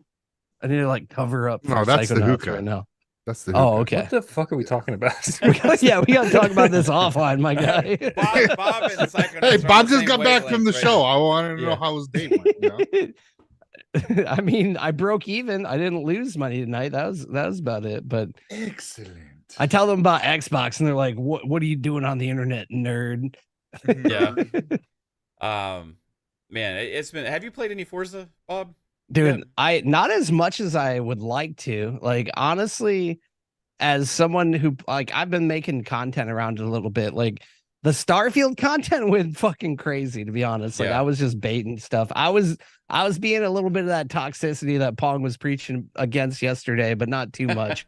Your stuff is completely different than what we're. Well, the thing is, it's like I'm obviously joking when I go too far, and then it's funny to like bait either side of it and see what happens when people argue. But then I get all self-conscious because everyone's arguing underneath my posts, but then I just ignore it all. But no, Forza feels really good. I honestly like I know you guys have heard me talk about it a little bit, but it is one of the games like back in the original Xbox days that I spent probably 1,000 hours with. Like it was like Halo 2, Forza, and like I don't know, Oblivion, and well, like Morrowind, Oblivion, Crimson Skies. Like those were like some of my favorite games of my childhood. But I literally did everything in the original Forza, and the only thing that worries me, and I have like a joke video coming out about it soon, is just the progression system for career mode. That's the only thing I really am worried is going to make me not want to play that much. But aside from that, it feels good. And I was randomly just hot lapping with like the high level like Indy cars on like Maple Valley, trying to get like a top 10 track time and like having a good time, dude. Like it just feels good. And I feel like it's if anything, it's a great start. I haven't played enough to know whether or not there's enough content there to keep me hooked, but I do feel like the bones are there. But I might end up making a video soon about like how much me personally, as like an old school original Xbox Forza guy, would have been completely happy if they just brought the original game into the modern day. That is all I really wanted. Bring back the test track oval. Who's with me? Who knows about that? You know one thing I miss from some of the Forzas. I miss when they had the Top Gear guys on there. Yeah, that was pretty cool. That was cool shit too. For a while. In my opinion, that was the last good mainline Forza Motorsport, was Forza 4. That's the last one I spent a lot of time with, and it's been downhill since then. But I feel like it's coming back. Yeah. I feel like they had the arc, Forza 1, 2, 3, and then it was like 4 or whatever, and they kind of went like 5, 6, 7, and they were great. I love every single one of them. Yeah. Right? But then, like this one, it kind of started ticking back up now, and it's mainly because of the feel, right, of the cars and everything that they've nailed. And I think that the platform's bright for the future. But let's get back into ABK. Friday the 13th. Sorry to derail it, but we're gonna own everything. So get ready, ponies, because we got our drinks and we're cheersing up.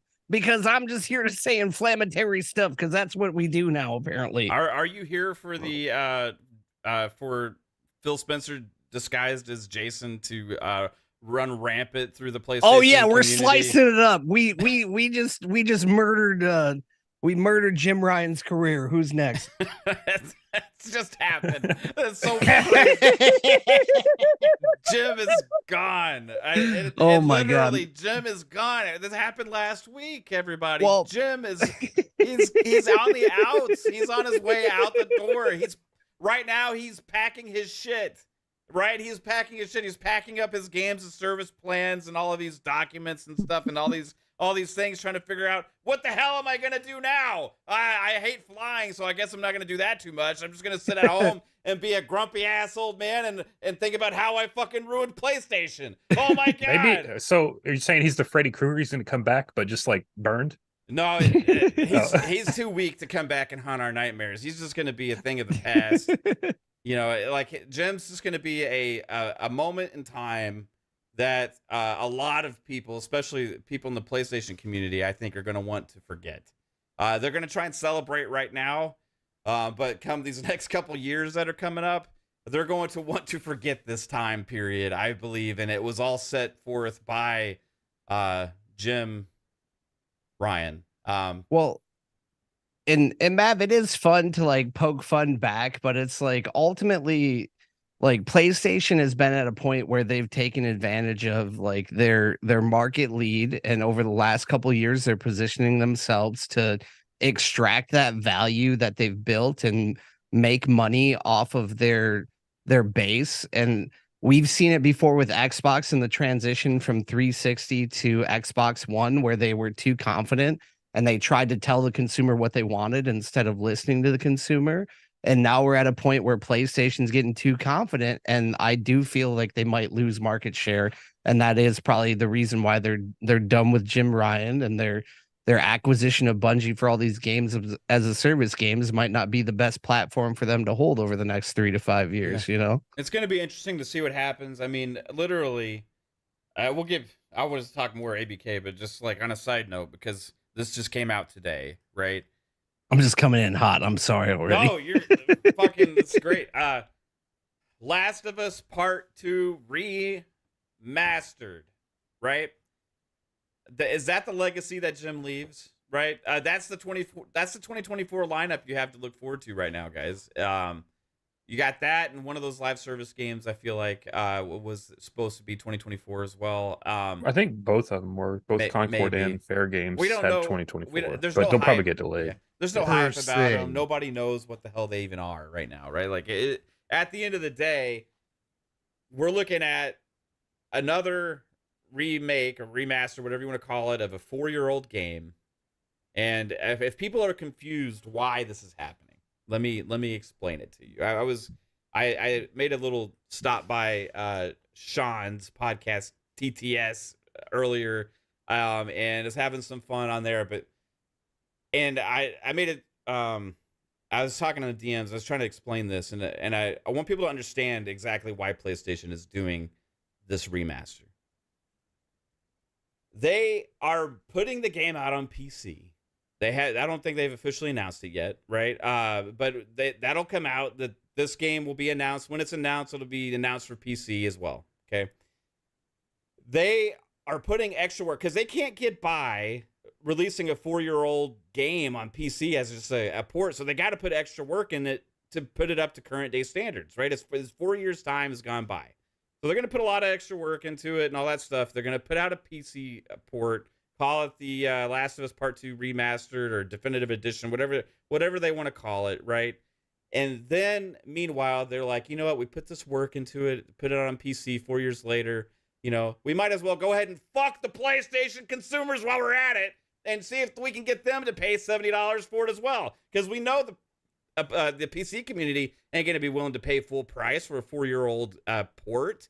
No, they're going to need the extra, all the bells and whistles and all that shit. So, hey, let's give those to PlayStation guys. Let's fuck them again, and let's make them buy it all over again if they want it. So that's what's going on. And the only thing that you can do as a PlayStation consumer, if you actually want better than this, ask for PlayStation to stop fucking you and put the games out on PC day and date. Do cross-buy, do cross-progression, all that shit. So when the games come out on console, they come out on PC, at that point, if they do upgrades, you're going to hopefully get them for free, and they're not going to take advantage of the fact that they're releasing it on PC to fuck you 4 years later. That's all it is. That's exactly why this is happening. It happened time and time again with the other PC releases. You can look forward to this. Now, if you enjoy getting fucked, say thank you, Jim Ryan. He's leaving your ass. He fucked you and he left. That's just what happens. He didn't even leave money on the dresser. I was about to make the reference.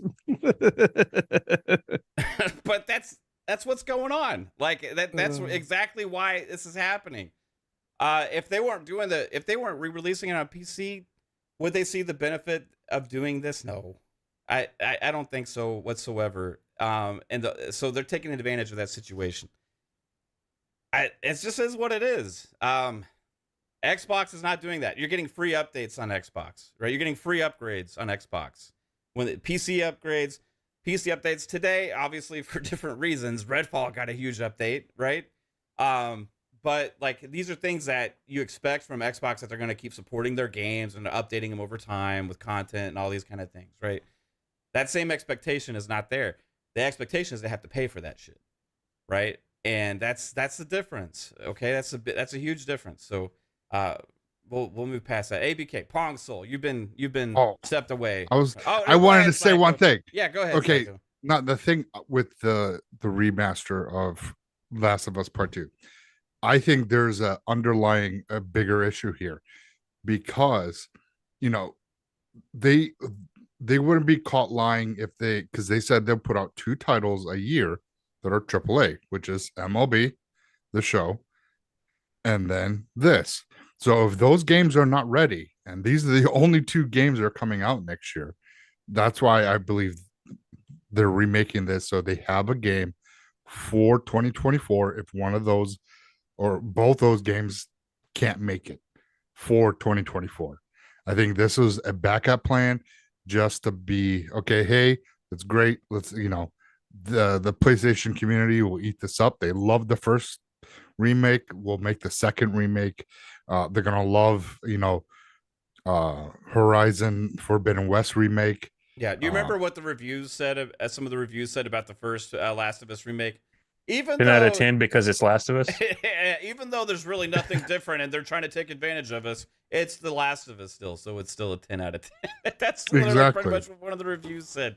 Absolutely crazy. And it's probably going to be the same thing for this one. And I think that's what the issue is there. And if the PlayStation community doesn't see this and they don't open up their eyes and see that this is what's happening, they're going to be in for a very rocky 2024 if Last of Us and MLB is the only thing, because they'll also have Helldivers too that comes out next year. That we were talking about that a little bit before. Like hopefully it still does. That may be the hope for like maybe a future for multiplayer for PlayStation. We were talking about that yesterday, Pong. Like, that starting small with something, seeing if you can actually have a multiplayer game have some level of success, right? Before you go all in on every one of your franchises as games of service. Like something like Helldivers 2 could be like a fun multi-plat, like between PC and PlayStation. That's what they should be doing, right? And it's like, for me, it looks fun, so like maybe that's the right path for them. So, but they have that for 2024, which is supposed to be this year, right? And then they have a remake right now, and then MLB 24, and then the 2 other games that have years, but which will probably get delayed. Yeah. So, and I don't even know Silent Hill is going to be, because I see Sensei Matrix in the chat saying they got Silent Hill next year. That's a big if. That's a big if they have it ready for next year. But at the end of the day, I assume they will have it ready for next year, Psycho. But even Silent Hill, again, the name is bigger than, unless it comes out and it blows everything else out of the water, unless it's a groundbreaking game, right? Where everybody jumps on board. Again, that's a nice game to have. And it's a nice game to fill also third party a role. It's a third party deal. At the end of the day, it's a nice fill in. It's nice to say we've got this Silent Hill game, But let's be real, Silent Hill was never the biggest seller either. It's one of those nostalgia franchises that everybody goes, "Oh my God, I love Silent Hill." But at the end of the day, is that something that sells PS5s at the end of the day? No. They're already selling just fine on their own. So now we're back to talking about, okay, so what does Sony really need? Well, they need software sales. That's where they're lagging behind. Is Silent Hill going to be this huge draw that pushes software sales for them? Probably not. Probably not. Right. Yeah. So again, it's great to have, but well, how big is it? What does it mean to you? Right. So I think that's all that matters. As far as the ABK deal goes, closing next week, if this goes through, which again, like you said, Mav, in the beginning, Tom Warren has been spot on with a lot of it. He's been spot on. Much. He gets talk. He hears. He's got connections. He knows people. So I got to believe it's going to happen. And a lot of people were pointing to next week as being the week, anyways. But I kind of said this in the opening. We've talked about this so much that there is a reason why everybody's talking about. There's a reason why there's been so much attention brought on this. Let's talk some big numbers that people forget here. First of all, while I was away too, and I was kind of listening to you guys in the background too, I was dealing with dogs and all that kind of stuff. But I did a quick count, and this is from Wikipedia. I did a quick count.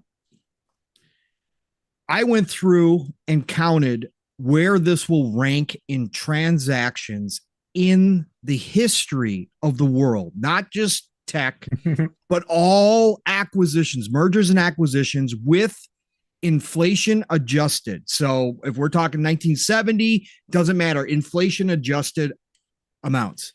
This will rank right around, and I did a quick count, so forgive me if I'm not spot on, but this is right at about number 65 in the history of all mergers and acquisitions across all industries, including state-run acquisitions, meaning countries like China who made giant purchases.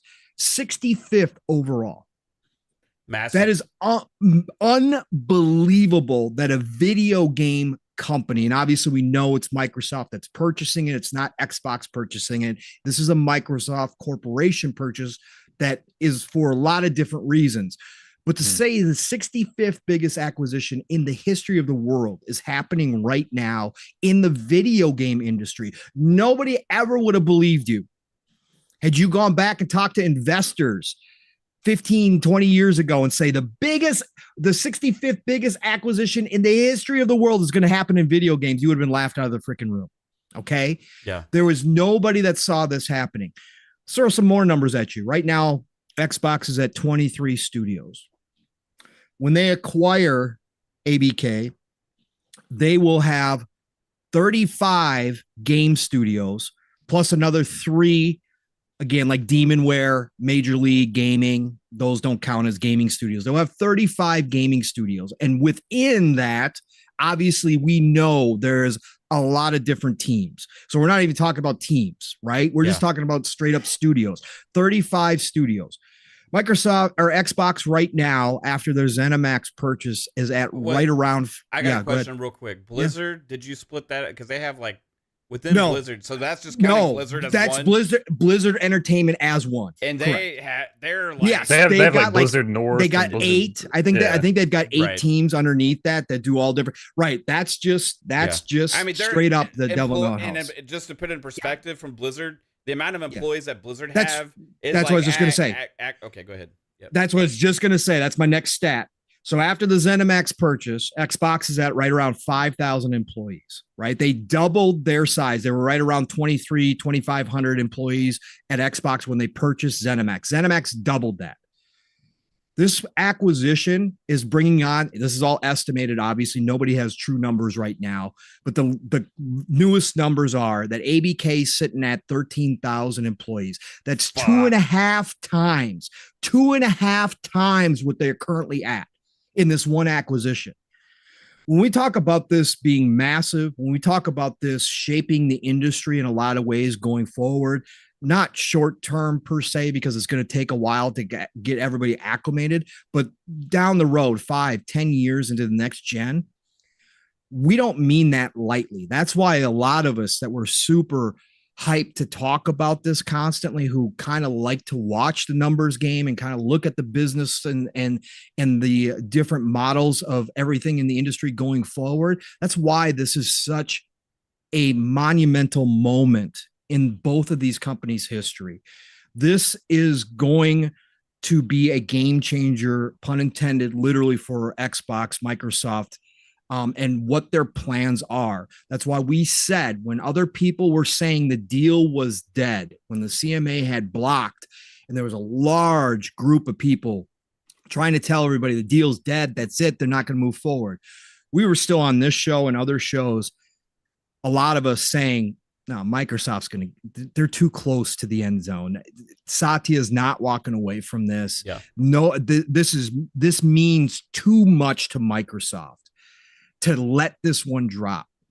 And now you see it coming to fruition. Beyond the community and nonsense, we've already gotten through most of the nonsense. I know I heard Psycho talking. I caught Psycho's end there a little bit.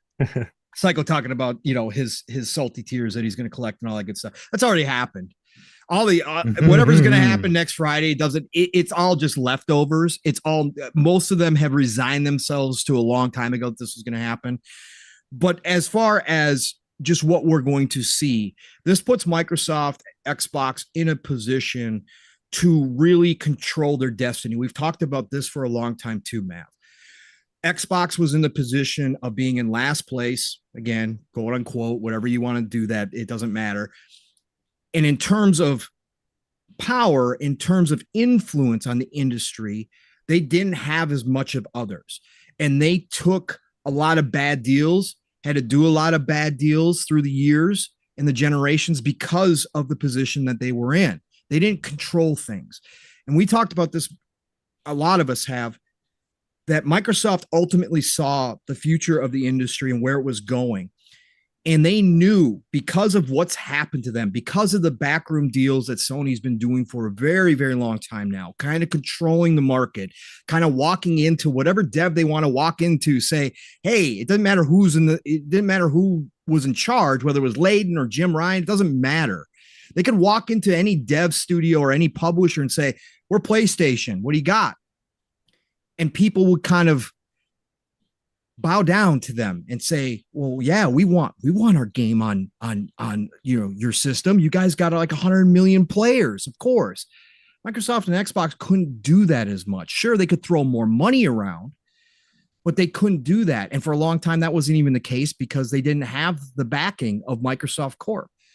So when they looked at this, they said, we can't be dependent on third parties. Now, this is something we talked about that Sony's found themselves in, and why we say Sony, at least I say that Sony's in a desperation move here in this games as a service stuff, is they relied on third parties because they always got the best deals. They could always call the shot. They always got the phone answered when they called.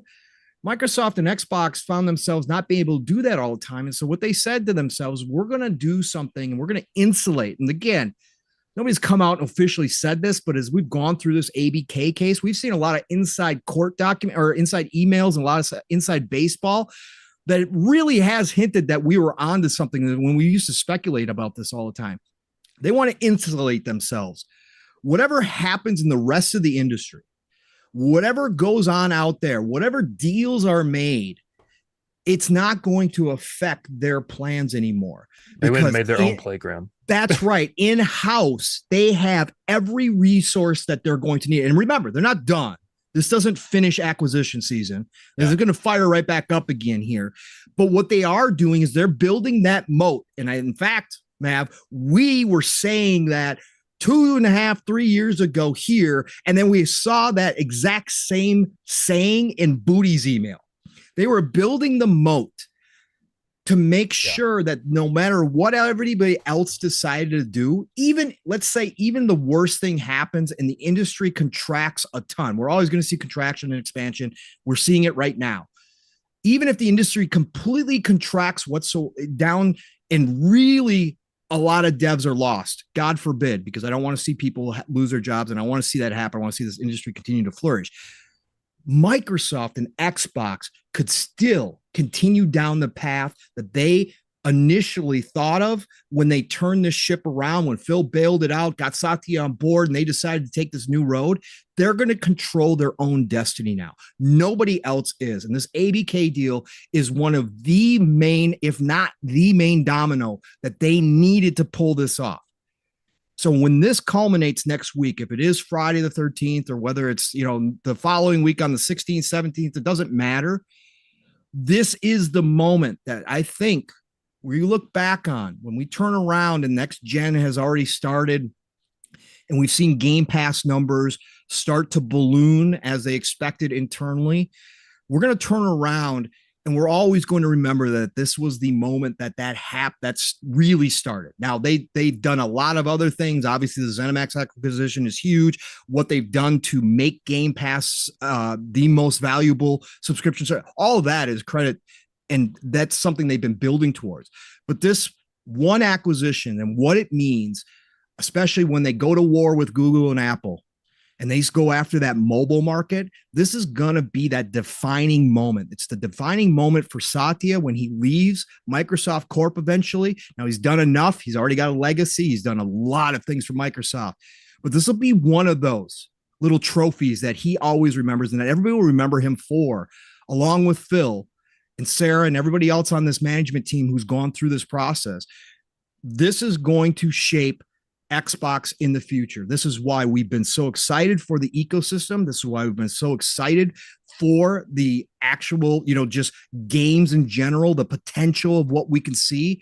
But when that tech starts changing down the road, when we get more and more digital, when everything starts catching up and the internet is going wild, and maybe we're getting cloud developed games and we have a partially cloud, system in our house, ABK is going to what made a lot of that possible, because this opens up a lot more doors for them and a lot more paths to where they can go.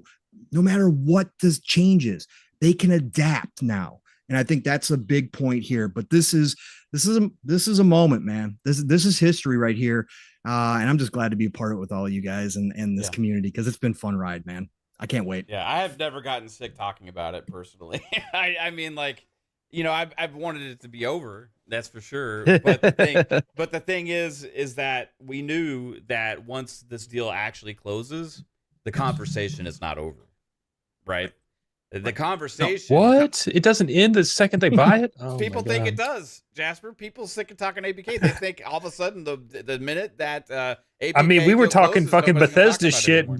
Up until they announced Activision. Yeah, we're still talking. We just had Starfield. How much conversation did we have about ZeniMax Bethesda acquisition then? According to everyone else, like those games are dead once they're owned by Xbox, right? Like, there's no need to care about it. The second that people try and claim that these ABK games are dead because of Xbox is the moment they lose all credibility, period. You already know Call of Duty can have like 1 million less users and be like, the Xbox killed Call of Duty. Meanwhile, it's like 180 fucking million people. It's like, okay. They'll be scratching their necks like, you guys got any more of that Call of Duty? Yeah. This next Call of Duty with like I think Pong was saying the last night that they're bringing back the slide slide cancel, cancel, and they're doing all this like fan service stuff and bringing back like the Modern Warfare 2 mechanics and maps, and it's just bringing up more hype.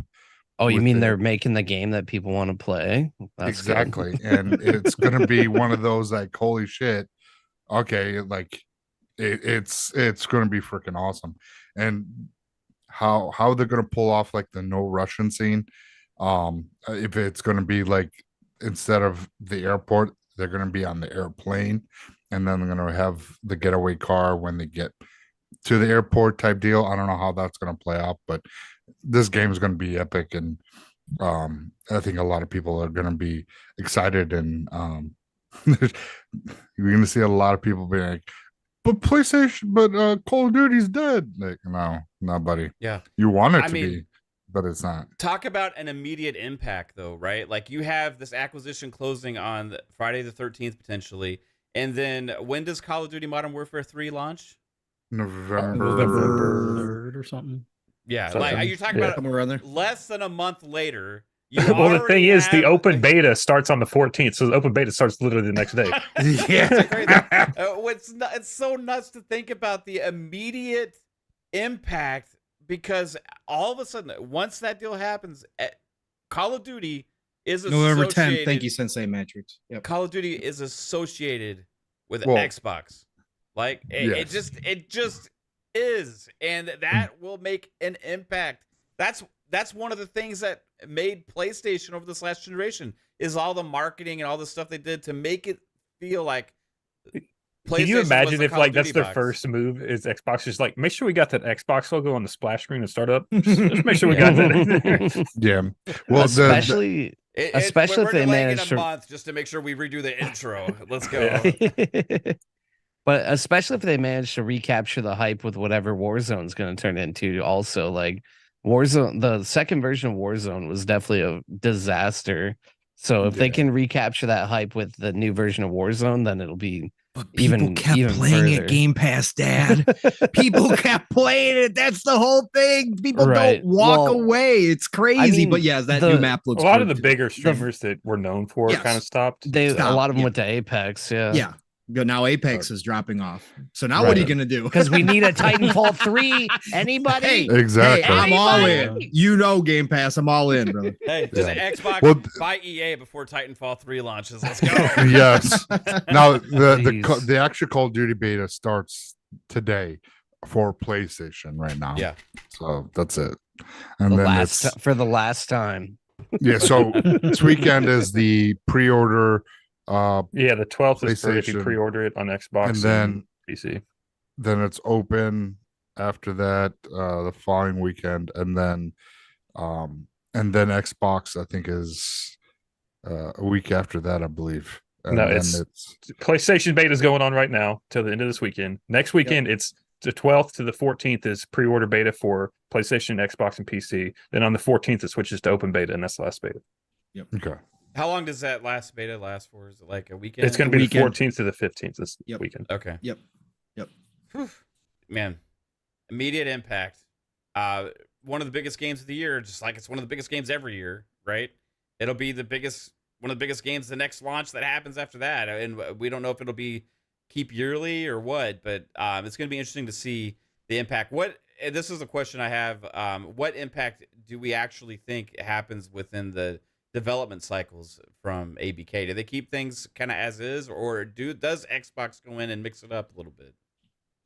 Xbox goes and mix it up a little bit, and then that's where the headlines will say Xbox cancel Call of Duty for 2024. I think whatever the plans are for the next year or two, I don't think we'll see much change there necessarily, unless you may see a delay or two, but other than Xbox that, consoles will definitely get priority. I don't think you see much of them going in and just being like, no, you can't fucking make this right now. They're going to leave it kind of steady just until they can get everything adapted into the Microsoft brand itself. Right. Make everybody wait 3 years. Let's really shake it up. Yeah, and Activision just came out this week too and said their roadmap for Call of Duty is laid out through 2027, right? So I believe they said that this week. So at least for the next few years, like Jasper said, not a whole lot will change. But after that, I think is when we really see some changes potentially if Microsoft decides to move Call of Duty in a different direction. Although some people are starting to catch on to the idea, Mav, that again, we had conversations about what if Call of Duty becomes a platform? What happens to this Modern Warfare 3 is a test run. Yes, it's also to get out of the Sony contract, obviously, as a full game. But what if they become just more yearly expansions, right? They're not full-fledged games. And Call of Duty just becomes a platform and it's added onto, and they're testing it right now with carrying over some of the stuff that you have earned in the current Call of Duty into the next one. What if that's kind of the future goal? And we see that kind of build out as we get closer to. I think that stuff too, we might see. It's going to be interesting to see. If there's anything that goes wrong, it'll get blamed on Xbox. If there's anything that goes right, Xbox will get no credit. That's the interesting thing is in the past, like Call of Duties, like Treyarch has used a different engine from the Infinity War game, so like you could never really carry stuff over because you had to do a lot of engine work. Correct. So, but now that they've been so intertwined, like Treyarch's even helping on the Modern Warfare series, so they have that engine capability that they know what they're doing. So like they can just kind of blend whatever game they want now, and they're doing it with mobile too, right, Jasper? They're trying to integrate everything into one. That's what I'm saying. Become a full-fledged platform, and then it'll be cool if that's a possibility. I think that was the biggest thing that frustrated me between like Modern Warfare 1 and Modern Warfare 2 was just the fact that they did not use like the same engine for Cold War. Like it just completely made me quit playing Call of Duty again because I didn't want to like relearn everything and was so frustrated that I didn't have anything carry over. Where it's like, honestly, I think all the companies need to learn from the best. Like Fortnite created the battle pass system and they obviously know how to keep it going. Like the seasonal content works and it feels more fair for your dollar in some ways, especially if some people are charging full price for their games and double dipping with a battle pass. Like they gotta follow what works, not try and just make money off everybody on every turn. Yeah, unfortunately. It's going to be interesting to see the Game Pass like effect on Call of Duty as well, like what that has, like because to what you're talking about, Bob, like in the future, right? The buying Call of Duty will not, regardless of what they do, it'll be part of Game Pass. It'll be part of Game Pass. So like that takes that aspect kind of away, and we've already seen Xbox kind of already have a lot of these other games that if you don't have Game Pass, you would have to buy, and they also have live services. And all that hold on, are we back? Oh, no. Yes. Oh, Mav, are you there? Are you there? I'm here, but my kilobits are crashing, and I think we're back. I don't know what's happening. It's just like I think we just had an internet hiccup, and oh god, I think we're back. I think we are. I'm waiting for the chat to confirm. Jim Ryan didn't like our. Yeah, we're back. I'm watching YouTube. It seems to be. Yeah, we're fine. Yeah, it just was like fine, and then disappeared and came back. It's just a little internet. A little internet burp. Jim Ryan, and Jim Ryan came here and tried to take a shit on our stream. He has no power here. Yeah. But yeah, it's gonna be interesting because like Xbox has that. Like you're talking about double dipping. Like if you were to buy, Forza Motorsport or like buy a lot of these other games, like Halo Infinite, they did it free to play with the multiplayer, right? So they didn't double dip. They charged for the campaign. Yeah, but the charge for the campaign was separate, right? So, but there's certain aspects to that. You could say they do that, but it doesn't really feel like it, right? Because you know what, you get the games in Game Pass anyway, right? So it's like at the end of the day, it's like, okay, well, I'm already getting the game. It doesn't really matter, and that's going to have an effect on Call of Duty too, because I think you're going to start to see people almost see Game Pass as like a Call of Duty subscription. Mm-hmm. Right. And I like, honestly, like, yeah, you went right to like the next thing I would say is like literally Game Pass is how you can buy the game, or if you prefer to pay for it every year, you can keep paying for it every year if that's what you want, or if that's what you have to do on other platforms if they don't decide to adopt Game Pass onto their platform eventually, because that's where Microsoft wants to go. But like looking at a game like Forza, like that looks like how this game is set up is like literally it's a platform for more content in the future. And that might be a really good way to go about that type of business model. And hopefully Microsoft continues to find a good balance for it. Because definitely if they ever lose grip of that, that could be something that will lose the hold on consumers for sure. I'm hoping that they go in and change some of Activision's microtransaction policies, because like Activision's become real fucking bad about it. They're like charging $40 from random packs and shit. It's like, what happened to just the $15 map pack, bro? Like now I'm paying $30 for a fucking skin. Well, and honestly, that's why I keep going back to Fortnite. Is like Fortnite is an outright free game. And like, yes, they charge like $20 for skins, but overall, it's like they provide a lot of value for what it is that you pay for, and you don't have to pay for anything to get enjoyment out of the game. So they hit it on every level, and I feel like the less greedy these companies are, the more money they can actually make in the long run. Because it's like, honestly, the same thing works for like how I structure my comedy shows or anything else. It's like if you provide the value to the customer in a way that is easy and makes sense, then you will get the return, and you will engage the customers at a level that they would like to pay for in order to keep it going. So I feel like it's a delicate balance, and I hope they learned a lot from the way they monetized Halo, because that was not it, and I'll admit it. Like, I mean, as much as I love to defend Xbox and say all the great things about it, like, I'll be the first one to call them out if I feel like something isn't quite there, you know?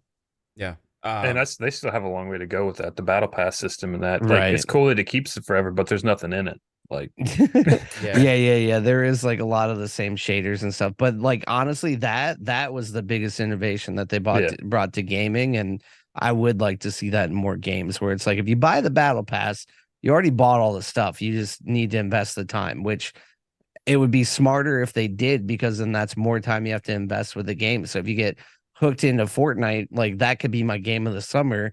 If I have 3 battle passes I have to catch up on, you know, like, you don't have to keep selling me stuff. Like, just let me play the stuff you already sold me. The only fear I have with that is they see Activision's like yearly income, and they know if they go in and change those policies, it could drop. And do they want to lose that $17 billion annually? Make it go down to 10. That's why I agree with you, Jasper. It won't happen right away. If they're going to make changes, it will be down the road, depending on where Call of Duty's at and what they decide to do with it. But I don't think we're going to see anything change in the next few years. I think it's going to be status quo for the most part.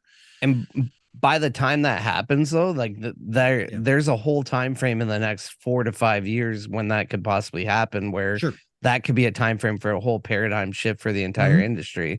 Like, where we see Roblox or whatever other game like take over the crown from Fortnite. I mean, there could be a new like fucking strategy, because it started out with microtransactions, and it went to season passes. Now it's battle passes. Like, we don't know what the fucking next marketing trend is going to be in 5 years. It could be fucking. And people thought it was going to be NFTs, and you see how that worked out, right?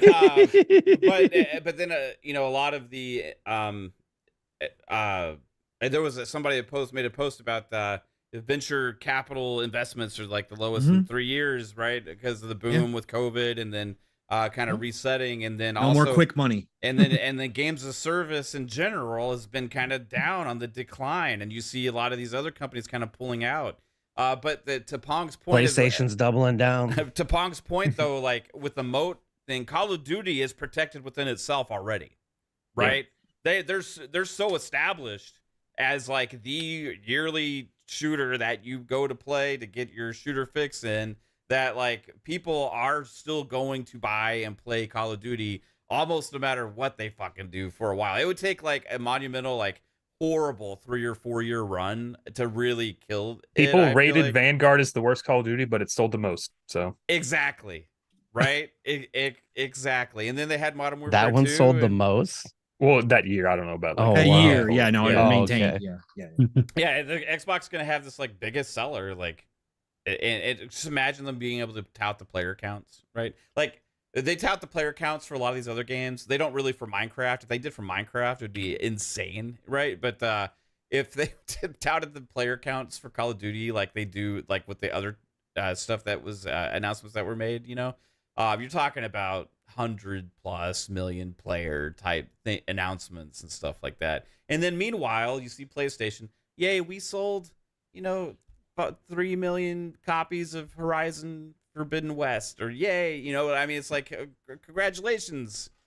And you're gonna keep having to do that over and over again and spend 4 or 5 years making each one of those games. Meanwhile, Xbox has all these games that are making continuous revenue on top of the continuous revenue that they're getting from the subscriptions service. Meanwhile, they're also launching single player games and all this other stuff as well.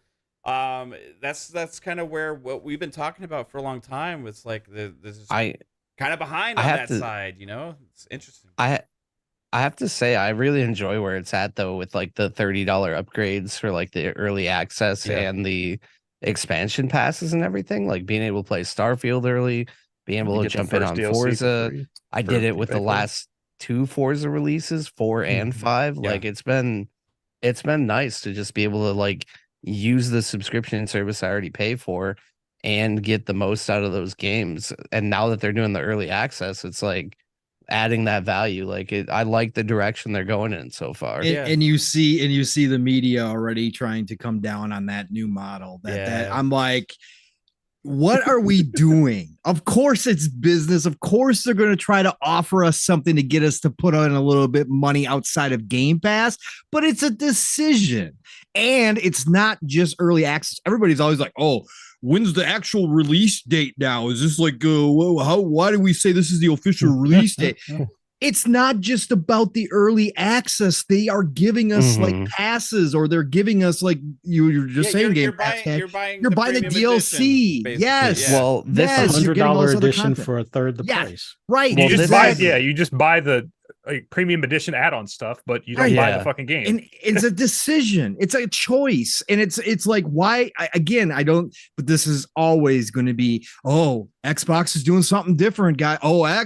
Game Pass is making other people do things now. Oh, that must be bad news for everybody else. No, it's not. You guys say nobody buys any games anymore because of Game Pass, and yet now you're complaining when millions of people are buying early access to Starfield. Make up your fucking minds, guys. I'm spending more money on games. Right, exactly.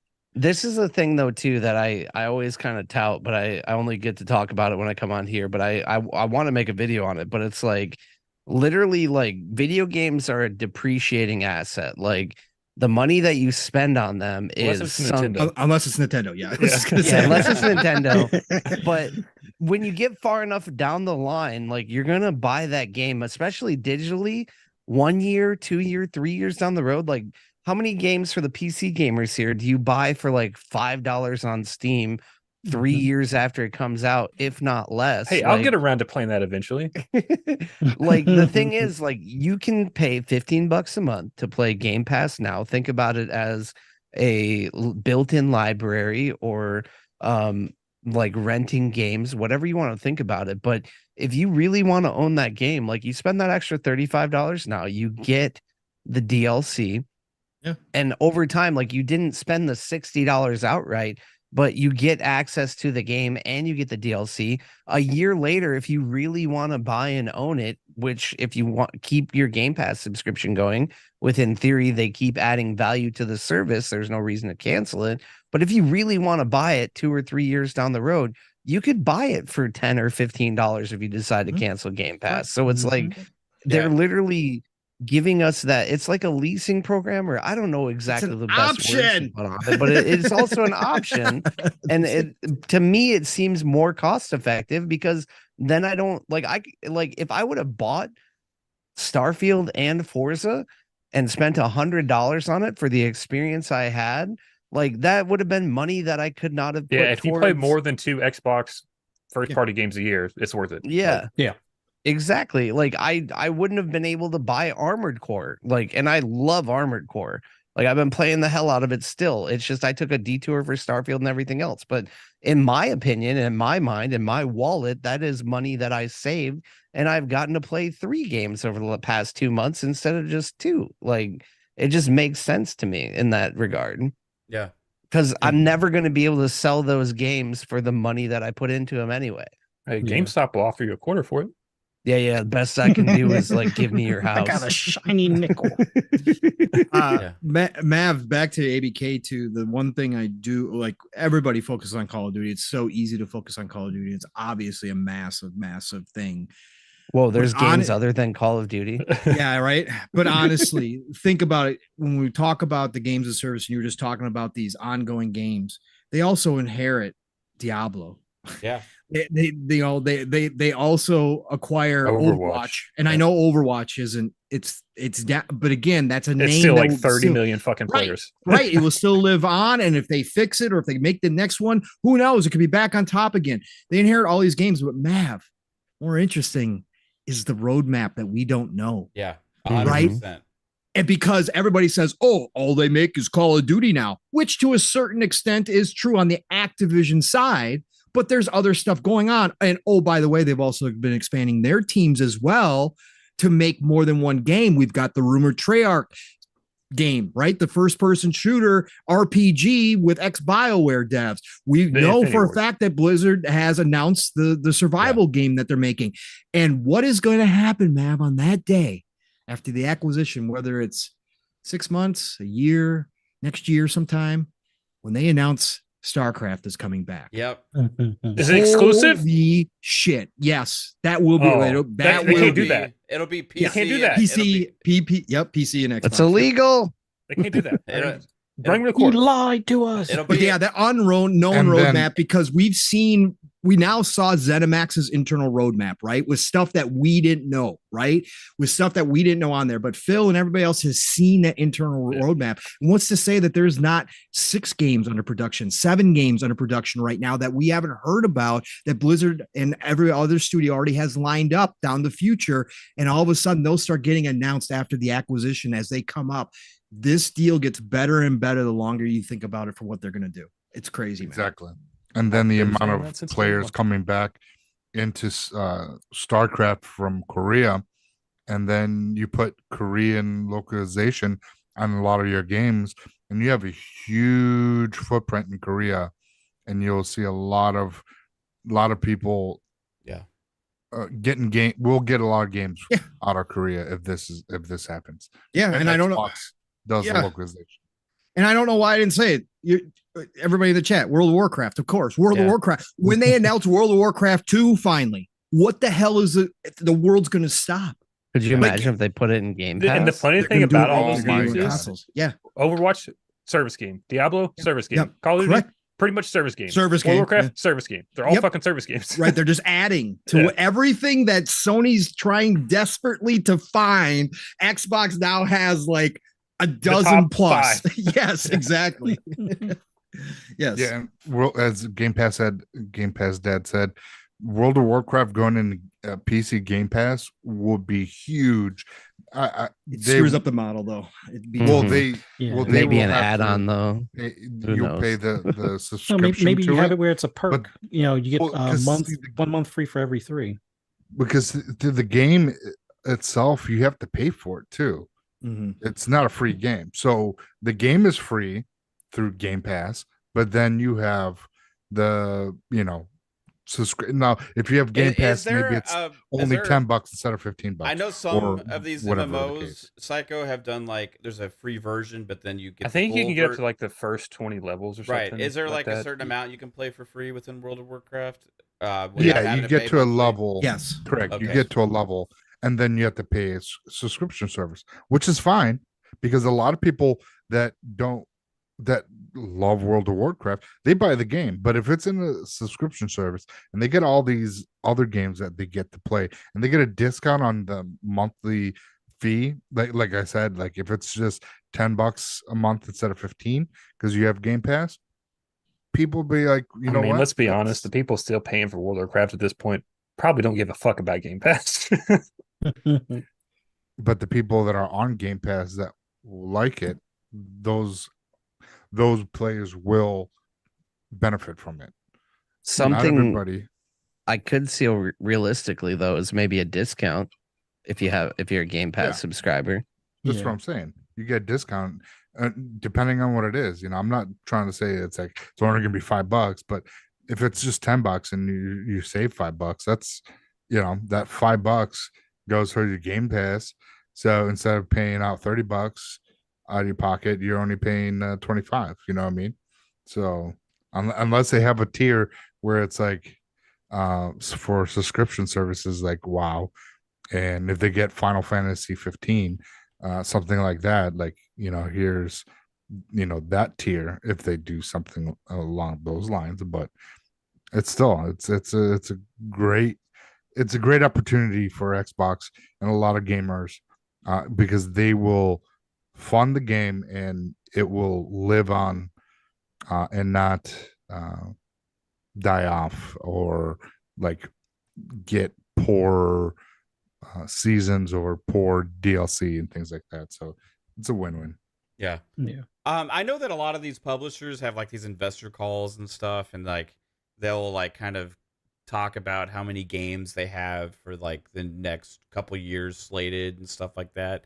Does anybody recall anything from ABK about any of that stuff? I know we got a lot that had come out before from like 2K and stuff on some of those, but I'm wondering if there was like an investor call where they may have like mentioned how many AAA projects they have in the works and stuff. You know what I mean? Like, because we get some of that information, and it would be interesting to find that nugget on the internet. And chat, if you guys have been paying attention or whatever, if you know about one, I would be curious. I don't know if that's the kind of information they share. I know that they've talked about it, and I've seen in their investors where they had like touted how many users they have and players and all that. But what were you saying, Fuzz? No, they have on their site, they have like the same thing that all the other shareholders will get. They get like a little portfolio of like over the year what they made and stuff like that. I don't recall seeing anything game related, but I do remember like some of the stuff before, or this most recent one, they did make mention of Blizzard's upcoming game, which is the hunting or the survival game. Yeah. And there was supposed to be a second one that's unannounced as well. So Blizzard, I'm under the impression, has 2. And then there was the Treyarch project, the next Call of Duty, and something else. Like there's supposed to be 2 or 3 Call of Duty related things and like 2 non-Call of Duty related things in the works that they've mentioned that are within the next year or within 2024 or something like that. So right. Okay. Cool, man. They have we have barely touched on the mobile side also, which is huge for them too. Like, I mean, they got some massive games. Call of Duty Mobile is massive. You have Candy Crush as well, which is like always one of the biggest mobile games every single year. It's gonna be interesting. But yeah, I got a couple super chats to get to here. Anonymous Boss hit us with the $2. What's up, guys? Salute to all. Where's the magic cookies? Got them right here, bro. Magic cookies. I've been snacking a lot. I had some yesterday during Pong's fucking rant. It was classic. Oh yeah. Also, is that the Target bear full of? Yeah, this isn't Stouffer's. This is Market Pantry. Market Pantry. I got shout out to Market Pantry, Target brand. Some good shit, guys. They taste just like cardboard, just like the originals. Good kind. Yeah, we also got another $2 super chat from Anonymous Boss. Says, I can't imagine WoW in real high quality. Yeah. Imagine if they do that, though. It's going to be pretty crazy and monumental because it's been one of the biggest games. That's the thing, though. Every time they try to change WoW, the community bitches about it. They just want classic WoW back. Yeah. Yeah, but if they learn their lessons, right, Jasper, from everything that's happened, and it seems like they have because they've gone back a little bit and done some things right. Dragonflight got pretty good reviews from everybody too. Mm-hmm. If they can learn from that though and develop World of Warcraft 2 from the ground up, but keep those core aspects still there, but just upgrade the graphics and upgrade, some of the loot systems and that kind of stuff. Bro, they would, again, it would stop the world. There'd be so many people clamoring for that damn game. Oh my god. People would play it, but at the same time, it's going to get review bombed because it's Blizzard. They're going to add one microtransaction. The community's going to fucking rage and throw things. Then we got another $2 from Anonymous Boss. Says, I think WoW will sell full price. It's the only way. I think the subscription, but I think the game could be in Game Pass. Like, we'll see. Possible. It's possible. Who knows? I mean, ESO does it that way for the most part. Yeah, you might get a discount on it too, like these guys are talking about. So we'll see. I mean, it's what's going to be. It's going to be interesting to find out how everything works in the post ABK. There'll be like Xbox will be like with an ABK and a BABK like date. We'll be like in 2026. It'll be like 3 ABK. Yeah, the only thing I could see them doing would be like a Game Pass perk because they've done that with RuneScape, which is kind of similar, where they give you like a month or 2 for free of RuneScape. Like, I could see them doing that, but I don't see them like doing too much overlap necessarily, like because it's kind of 2 different audiences. Yeah. We'll see. Did you guys know King had purchased an AI technology company in June of 2022? Yeah. I did not remember that. Pelterion? And they're using it that it's updating the Candy Crush and it's helping them run Candy Crush smoother and all this kind of stuff. I did not know that they had. It's probably just like running by computer. Like nobody's working on the game anymore. It's just like some computer just like well, yeah, it's like, makes it's your new daily level. Just updates. They just create levels out of the AI. Yeah, it's just interesting because I don't know if you guys heard today, but Microsoft is going to be announcing their own AI chip very soon. They're getting ready to announce their own AI chip so they don't have to buy so much from NVIDIA. Right. So this is Microsoft's big push. Again, AI has been a huge investment for Microsoft. And again, we've already talked about that plenty of times, how we believe that there's potential that's going to change gaming in the near future. We're not talking 30 years from now. We're talking in the next 5, 10, 15 years. AI really could revolutionize. I thought Google just had their presentation. That was the entire fucking presentation pretty much was AI shit. So AI shit. Yeah, exactly. There's a lot of companies, but Microsoft's one of the big players in AI right now. So it's going to be cool. Like I said, the next console, I wouldn't be surprised if it's got an AI chip in it. That'd be pretty damn cool. Yes. Be interesting. Oh. It'd cost $3,000. No, it won't. That's why they're making their own damn chips, Jasper. Yeah, it's been interesting. I like chips. Like I like chips too. What's y'all's favorite chip? I mean, the classic nacho Dorito, I feel like is. I'm a Cool Ranch guy. It's not a chip, but Funyuns. Oh, that's a chip. I eat I eat the shit out. I'm like, you fuck. That explains a lot. No, dude. Yeah, I put it. Tear it up a little bit. Nope. Yeah, I'm not gonna go there. My neighbor eats them. Oh my god, she loves them. When it comes to chips, my taste change almost weekly. It depends on what we have in the house. Like right now, I'm on the salt and vinegar Lay's. Ooh, yeah. That's that shit right there. Went through Funyuns earlier in the summer. And then I more so than Cool Ranch Doritos, I like the was it the spicy ones? Oh, it's the purple bag. It's like spicy sweet or something like that. Oh yeah, I know which one you're talking about. Yeah. And fucking hot fries. If I see hot fries on their shelf, I gotta buy them. Yeah. Hot fries. Hot fries. Yeah. Andy's hot fries. Paul, start ranting about something. I got chips. I got my rant out last night, sir. Unexpectedly. What are those? Jalapeno late? These are late July jalapeno lime. These are my shit lately. I love jalapeno kettle chips. Oh, God. I got these from Costco. I've never heard of late July. Oh, it's pretty good. It's like diet Doritos. It's the second half of July. Right on.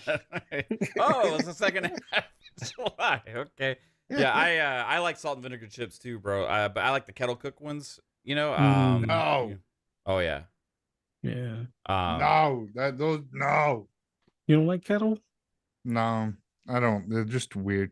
No, I like salt and vinegar. Good choices, gentlemen. But I love salt and vinegar chips. I eat the shit out. There's one brand from Ohio, Snyder, but they make a barbecue that is pretzels. No, I think it's the same company. It's like they have like Snyder's. hard bread. It's like little hard bread things and there's pretzels in it. It's like they make. It's not Ohio. That's really good though. Well, I lived in Ohio, and that's where I ate them, Jasper. Okay, so they're automatically Ohio, Jasper. I was in Ohio. Okay. I drive a Ford in Ohio, so it's an Ohio car. Wherever Psycho eats his food is where it's from. So let's go. Exactly. Oh man. Kate corrected me. I guess we've had late July tortilla chips in the house several times. They weren't memorable though, because you didn't know. Well, I did. Yeah, but the Snyder ones, they like taste exactly like jalapenos if you get the jalapeno ones. I see a tortilla chip. It's probably one of those that come in a brown bag and there's like 20 different brands. You know what I mean? Like I'll eat the shit out of those things, dude. Sometimes there's nothing better than a tortilla chip just plain, not even dipping and stuff. You just fucking go down on a bag. But yeah. Yo, pause. What? Going down on a bag? Going down on a bag? Really? Yeah. Y'all don't go down on bags? Whoa. Of chips? Whoa. Welcome to just Xbox Ultimate After Dark. Yeah, we're now moving to After Dark. Past midnight, so. No, it's not here. We're still on Central Time, Jasper. I'll go down on lots of bags, bro. Those those chips are fire, man. I don't really care what the fuck kind of chip it is. If it's a chip, I'll eat it. You know. Except for a paint chip. I've eaten plenty of those as a child as well. The lead kind, you can't beat them. Hold on, I got you. Has anybody tried that Future Coke yet? No. I don't know what the fuck you're talking about. What's Future Coke? They've got a new Coke out. It's called like Y3000. What? Have you Is seen it it? clear Yeah. like clear Pepsi or no? No, thank God it's not clear Pepsi. We were just doing that today at work. We are going through the worst because obviously I'm the oldest one at work for the most part. There's a couple people close to me, but I was like, "Do you guys remember New Coke?" And nobody remembered New Coke, and I was like, "Oh my God!" But then one of the younger kids, he went out for lunch and he came back and he's like, "Oh, I got the New Coke finally! I found a bottle." And I'm like, "What are you talking about?" So he poured a cup for me, poured a little bit on a cup for me. Yeah, it's different. It's definitely different, but yeah, it's called like Y3000. So if you see a bottle, grab a bottle and try it. I don't even Turns out like it was Coke. GHB. Is it meth instead of cocaine? No, they didn't do that route. No, they didn't. No. This is Future Coke. What's wrong with this Coke? It's got fentanyl in it. I don't know why. I just need some more of this Coke. Pong worked his way into the future. Right, exactly. Yeah. I took the time machine forward. Let's go. Did it taste like the future? No. Like dirt and cancer. No, it wasn't. No, it was lasers. awful. Like New Coke back in the day was awful. Clear Pepsi was freaking awful.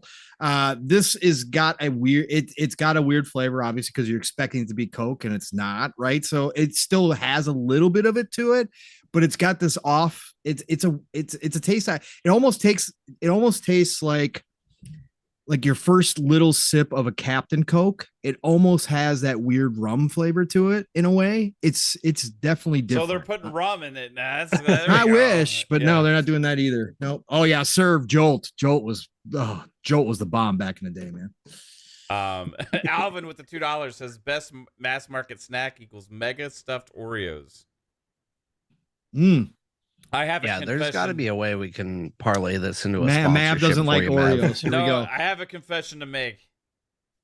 I prefer the original Oreos, not the double stuffed or the mega What the stuffed. fuck? That's too much cookie, bro.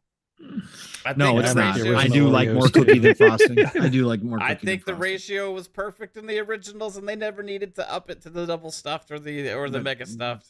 But birthday cake Oreos are delicious, bro.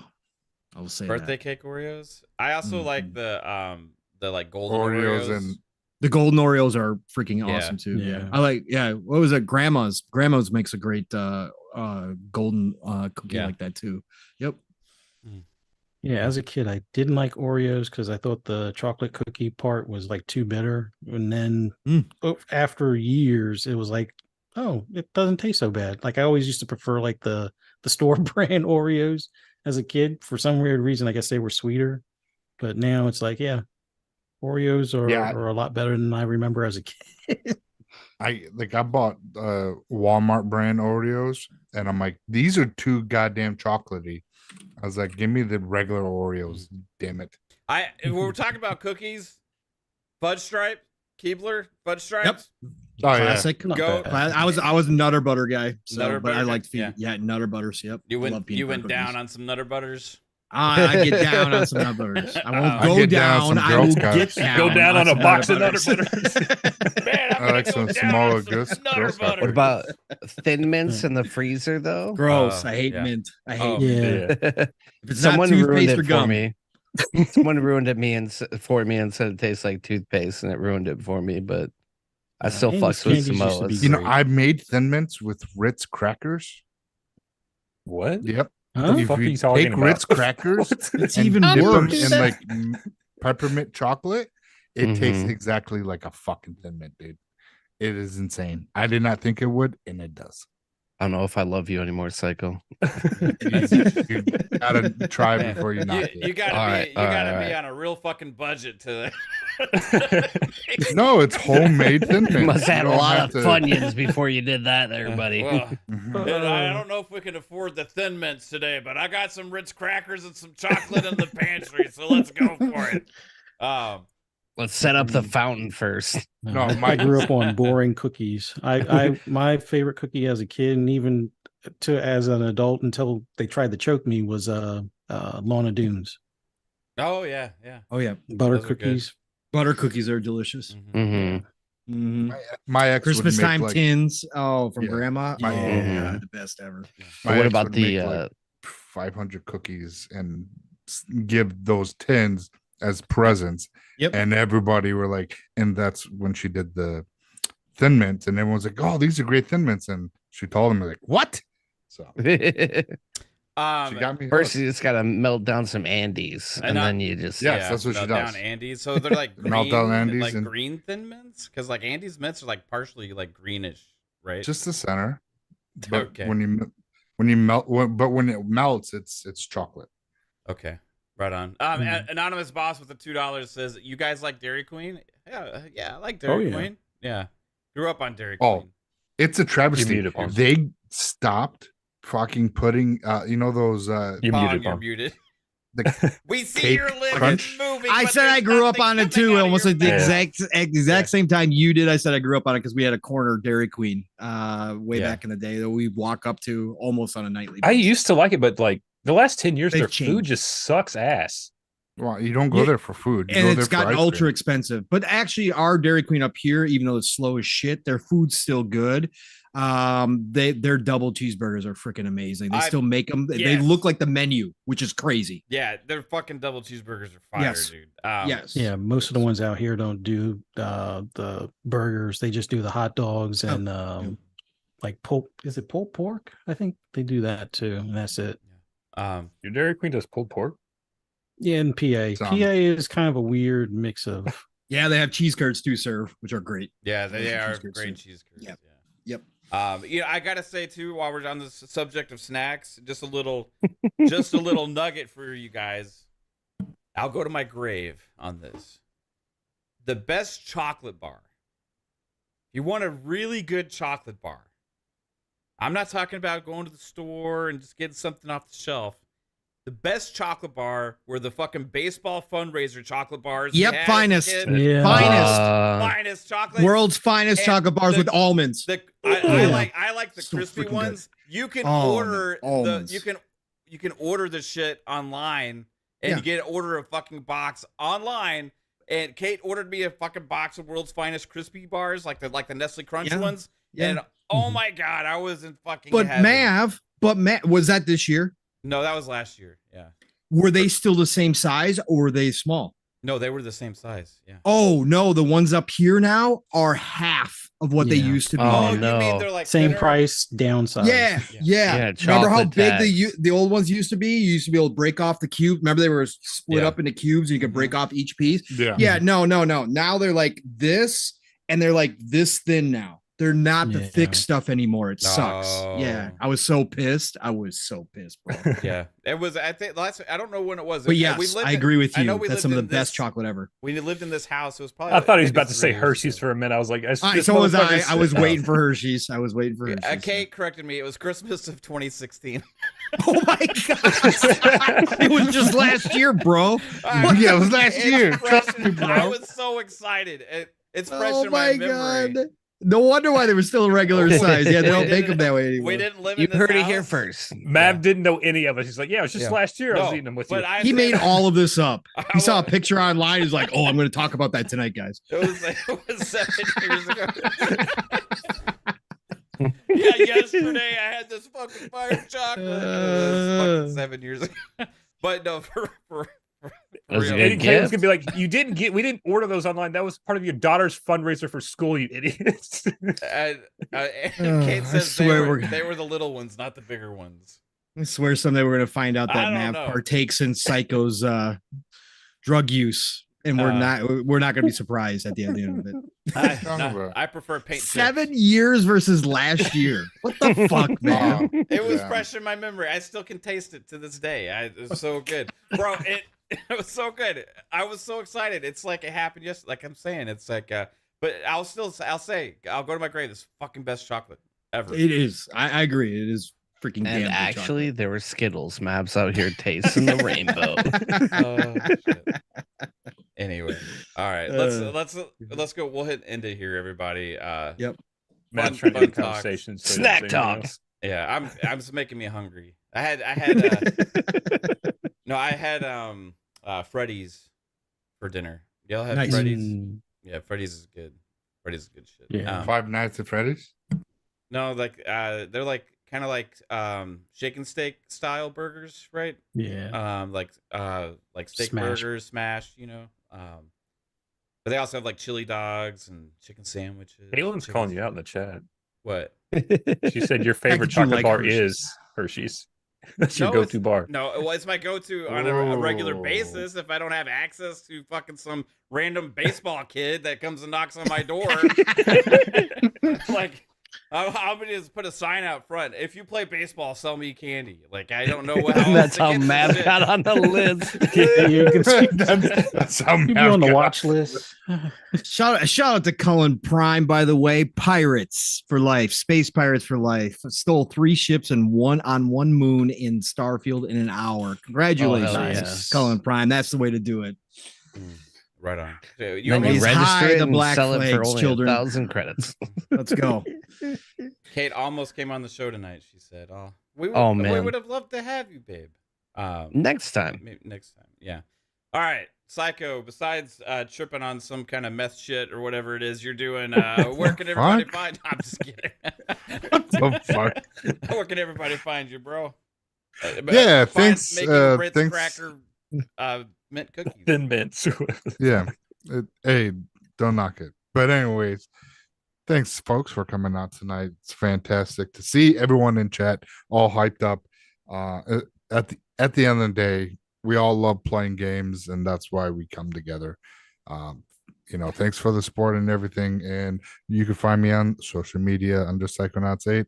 You can find me Mondays on FSP at 10, Tuesdays on Fun Pop at 10, and here every Fridays at Xbox Ultimate at 10 o'clock, talking that smack, Yeah. but having fun. Yeah. I enjoy talking snacks. Maybe each week we'll end the show with snack time. Maybe you should Snack start another talk. podcast. I could Hey, have it was on Saturday. It was on Saturdays with him, and Foodies. Kate, and it was the foodies. Yeah, the foodies. Yeah, you should go back to that.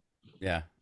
It was a Mav and Fancy show. And Yeah. we Yep. talked about Yo, We I- ended up yeah, I talking remember about that. food. Yeah, you 'cause- talk about food all the time. yeah, fucking Yep. nothing do better to remember do. Hey, those fries though at that movie theater in Texas was the bomb. I still can't. I have cravings every time. I'm like, oh, Gotta come on down, man. I'll take you to the movies. Let's go. We'll have a little movie watching time. Let's go. That was fantastic. You and Matt can Friday go night. down on some fries together. What the fuck? You're invited, Bong. Come on. Hey, hey, Psych, you wanna come over and go down on some stuff with me? I got lots of stuff in the pantry. We can go. We could go on. down at the movie theater. Wow. We could go down to the movie theater and go down on some fries. Proceed to Right? list all the places you enjoy snacking. Caitlin says, "Not me." We could go down at Freddy's. Oh shit. Alvin, I went down on some Freddy's tonight. That's for sure. Alvin with $5 says, "Is Virgil's bottled soda regional? I'm from VA and live off the cream soda. Always wondered if it was nationwide." It's definitely regional. yeah. I've never heard of it. I've never heard of it either. I read that is Virgin's bottled soda, and I was like, "Yo, what's going on, Alvin?" Did you go down on some Virgin? What kind of soda are you talking about, bud? Some Virgin's cream. Oh. Wow. Of age though. Yes. Well, of course, Mav. Yeah, 100%. What the fuck? Well, he's got to say that because Mav has his baseball kids. It makes it even worse. Yeah. Oh, They're just- Caitlin says you guys have Virgils at most of the stores, Mav. Do we? It's not a regional thing, I guess, man. I don't know. Getting caught in all these lies. I don't fucking know. It's just bullshitting tonight completely. I don't pay attention to anything. Mav, you had one yesterday. I just went to the store. Maverick, you literally have a 12-pack of Virgils in the pantry right now. Yeah, I don't pay attention to shit. I just sit here and play my video games and wait till somebody brings me something. Like, Wait, do they make this- root beer? I think I might have seen the root beer. They make root beer. I gotta look up their logo. Virgin's root beer? Yeah, that's the one. All right. Hey, Bob. Thanks for coming through. Hey, it's good to be here. I feel like the show just went downhill ever since I got here. That's the uphill for us. That's what we like. All right. No, I want to make it all the time, and I'm sorry I've been so busy, but it's always good to fucking hang out with you guys. Yeah, I follow my YouTube. I'm making lots of Xbox content kind of lately, but also stream on Twitch a lot of times, but I'm getting bummed out by that. So more on the YouTube and the Twitter, but mostly thank you guys for just being amazing, and you guys are doing amazing things here, and I appreciate you guys letting me stumble in late and come talk some shit and make it look like I know what I'm talking about. So I appreciate you guys so much, and just appreciate being able to listen in when I'm not around as well. So thank you guys for doing what you do and being good friends. Yeah. Thanks, man. Appreciate it. Keep up all your awesome stuff you got going on YouTube and Twitch and your comedy shows. It's super cool. Yeah, Jason Mab was that guy that said that he had a mansion and his dad didn't deal in cash. He had gold bars in a safe, and that's how he paid for everything. Yes, I was not. And then he drove his Mustang to school. He's like, "See, yeah, I got the sweet car." You guys, we have PlayStations too. We just don't play them because we don't enjoy those games. We're Xbox people. We got the Microsoft, but we checks. bought them anyways. We're part of the Illuminati, and all hail Bill Gates. All I'm going to say, Jason, is it may have been humble beginnings, but it was a mansion to me. Okay. Oh God. I was appreciative of what I had. This little shanty that I called home felt like it's massive. I'm waiting for Caitlin to go, Mav, you lived in a trailer down by the river. Dude, the Caitlin fact checks are next level tonight. I lived in like duplexes and townhouses and stuff as a kid. That's just you sure? All I have to say was that 3 He years said ago? we own both sides of the duplex, so we actually own the neighborhood. We just sublet it out to everybody and just got one of them in. No, I'm just kidding. And that was only 3 years ago. Damn. Shit. Fuzzy. Where you going next? Fuzzy Belvedere. The Forza guru. I loved your takes on Forza Motorsport. Absolutely amazing stuff to hear. Besides eating the salt and vinegar lays, where can everybody find you? Just thank you for having me on. It's always awesome being here with you guys. Friday nights are always where this is the place to be for all these laughs and sidetracks and whatnot. So much fun. But thanks to everybody in the chat. Hit that like button if you haven't already. Always glad to interact with you guys and see you guys laughing along with us. But just find me on the app formerly known as Twitter at @fuzzy_Belvedere. Shop podcast possibly tomorrow at 9. Looks like everything should be a go on that. Thoughts out to PTK tonight. Got a little bit of little word of good news, so hopefully everything stays on point. As far as that's concerned. But man, look forward to hopefully posting some videos and clips and things like that for Forza on Twitter and YouTube, and we'll see how this journey takes us. Yeah, right on, man. Thanks, Fuzz, and appreciate you all every week, man. Everything you do with us here. Jasper, where can everybody find your Kentucky ass? Well, I'm not on the oil ranch that you grew up on, that Caitlin says. The oil ranch. Yeah, my neighbor was Jerry Jones. Anybody old enough to remember Dallas? That was after Mav's family. That's what they based it I on. live a few minutes away from it. It's called South Fork Ranch. I literally live like 5 minutes away from South Fork. See you guys. See, yep. It was an investment property for me. I decided to get rid of it. Just a small loan of $1 million. The taxes. I just didn't feel like paying for the taxes anymore. The tourist attraction's going downhill anyway. So it's like Anyway, yeah. yo, check it out. Lord Jasper Twitter, Lord Master Jasper YouTube, all that fun stuff. Check that out. Have some shit built. I've been sitting on one for like a week. I need to put it out. Other than that, it's Friday or Monday, Tuesday, and Friday right here on Fun Speculation Network at 10 o'clock with FSP, Fun Pop, and Xbox Ultimate. That's where I'm at. That's what I do. Check it out. Have fun. Right on, man. Thanks for being here, and everything you do each week is absolutely amazing. Love every single one of you guys on the panel. You fucking family. I love you guys. It's amazing to be able to do this each and every week with you guys. Even if we're talking snacks or ABK or whatever, this is just a blast. Splendiferous with the $2 says, how much on the game, Mav? Niners versus boys.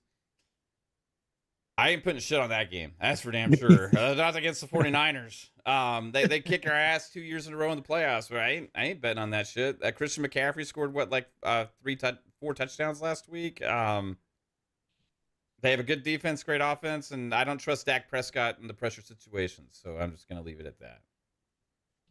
So this has been Xbox Ultimate Podcast. Thank you all for tuning in. Next week. Really? Yeah. Really? Oh, what? Did you not do one? No. Really? Oh, did I forget Pong? Guys? No, I just always go after him. I'm sorry. Pong. Shocking. I apologize. Shocking. Shocking. God, I feel so bad. You made me do his outro last week, and then you don't even call him this week. Yeah. I think. Will you still do PM and the PM with me next week, Pong? Are you there, Pong? His dog's probably fucking act up. So, he muted. So, oh, guys, so he's there. There it is. He's back.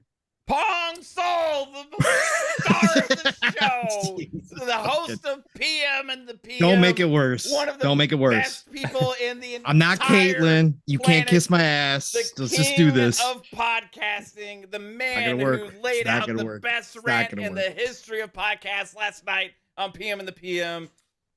Absolutely, the amazing. It was a good rant. Encyclopedia of gaming. The I was just gonna say his Twitter handle, and that's it. Only the Golden Age man himself, Pong Soul. Where can people find you? Pong Soul on X, formerly known as Twitter. Pong Soul, on Xbox. And y'all have a good night. Thanks. Bye. All right. Bye, everybody. I know you don't want to leave it at that. No, I don't want to leave it at that. But you can't kiss my ass. You screwed up royally. Fuck face. Anyways, everybody, it's been a great, fantastic Friday night. Great to be here with the brothers. Lots of laughs.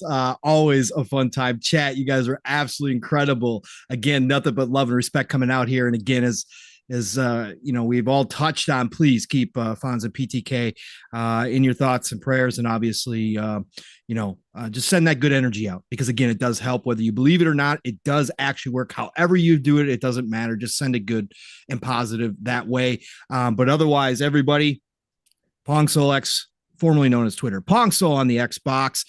Tomorrow morning, Steel Rain and I are back after last weekend. Again, we hate missing our Saturdays. I haven't talked to Steel at all. His real life is crazy busy. My real life has been crazy busy. So we are going to catch up tomorrow morning. So please drop on in, whether it's for 5 minutes or whether you stay the 3+ hours that we will be live. Try out the living split screen, all one word, 10 a.m. Eastern, 9 o'clock Central Time, where we talk all things gaming. And again, I can't wait to get Steele's opinion on Forza. He's been playing a ton of it, but we got a lot more to talk about as well. So be there. And then as of right now, we are still having the shop podcast. So keep your eyes and ears open. If anything changes, we will let you know. Obviously, that's the least important thing. But obviously, if we do the shop tomorrow night, it'd be much appreciated if you drop in, because PTK absorbs that energy and it really helps out. And obviously, anytime your significant other is having some issues, it drains you. So if we do have the shop, drop on by 9 p.m. Eastern, 8 o'clock Central Time, the shop. PTK Blam's channel. Fuzzy will be there. I'll be there this week after 2 weeks off. I haven't missed like 1 week, or I think I maybe had an odd week off, and then now I missed 2 weeks in a row. So I'm ready to get back in the chair with my brothers on the shop podcast as well. Otherwise, next week it starts all over again. Tuesdays, Xbox Factor podcast, all good things green. Double Barrel Gaming is the channel. Mr. Boomstick is the man, 12 p.m. Eastern, 11 o'clock Central Time. And then right back here on the Fun Speculation Network for PM and the PM on Thursday night, 7 p.m. Eastern, 6 o'clock Central Time, where Mav and I, we did 4 hours last night. Wasn't planning on it, but that's what we did. You're going to have a good time with us every Thursday night, so be there. Otherwise, it is the golden age of gaming, people. So get out there this weekend. Have a fabulous weekend, first of all. Play what you love what you play, and I'll talk to you all real soon. Now, Mav, go ahead and get us out of here, brother. Nah, I don't want to. Good. This is the bonus hour. You do whatever you want to do. We're going to talk about ice cream. What's everybody's... I'm just kidding. Back talk. Peace out, everyone. Have a great night. Tune in Monday for FSP, Tuesday Fun Pop, Thursday PM in the PM, and then Friday Xbox Ultimate. And then maybe this weekend I'll stream some more Forza. See you then. Have a good one. Peace out. Maybe some Redfall. Maybe some Redfall. Darktide. Warhammer Darktide. Going to be maybe a streaming weekend up here on Fun Speculation. Bye. Bye.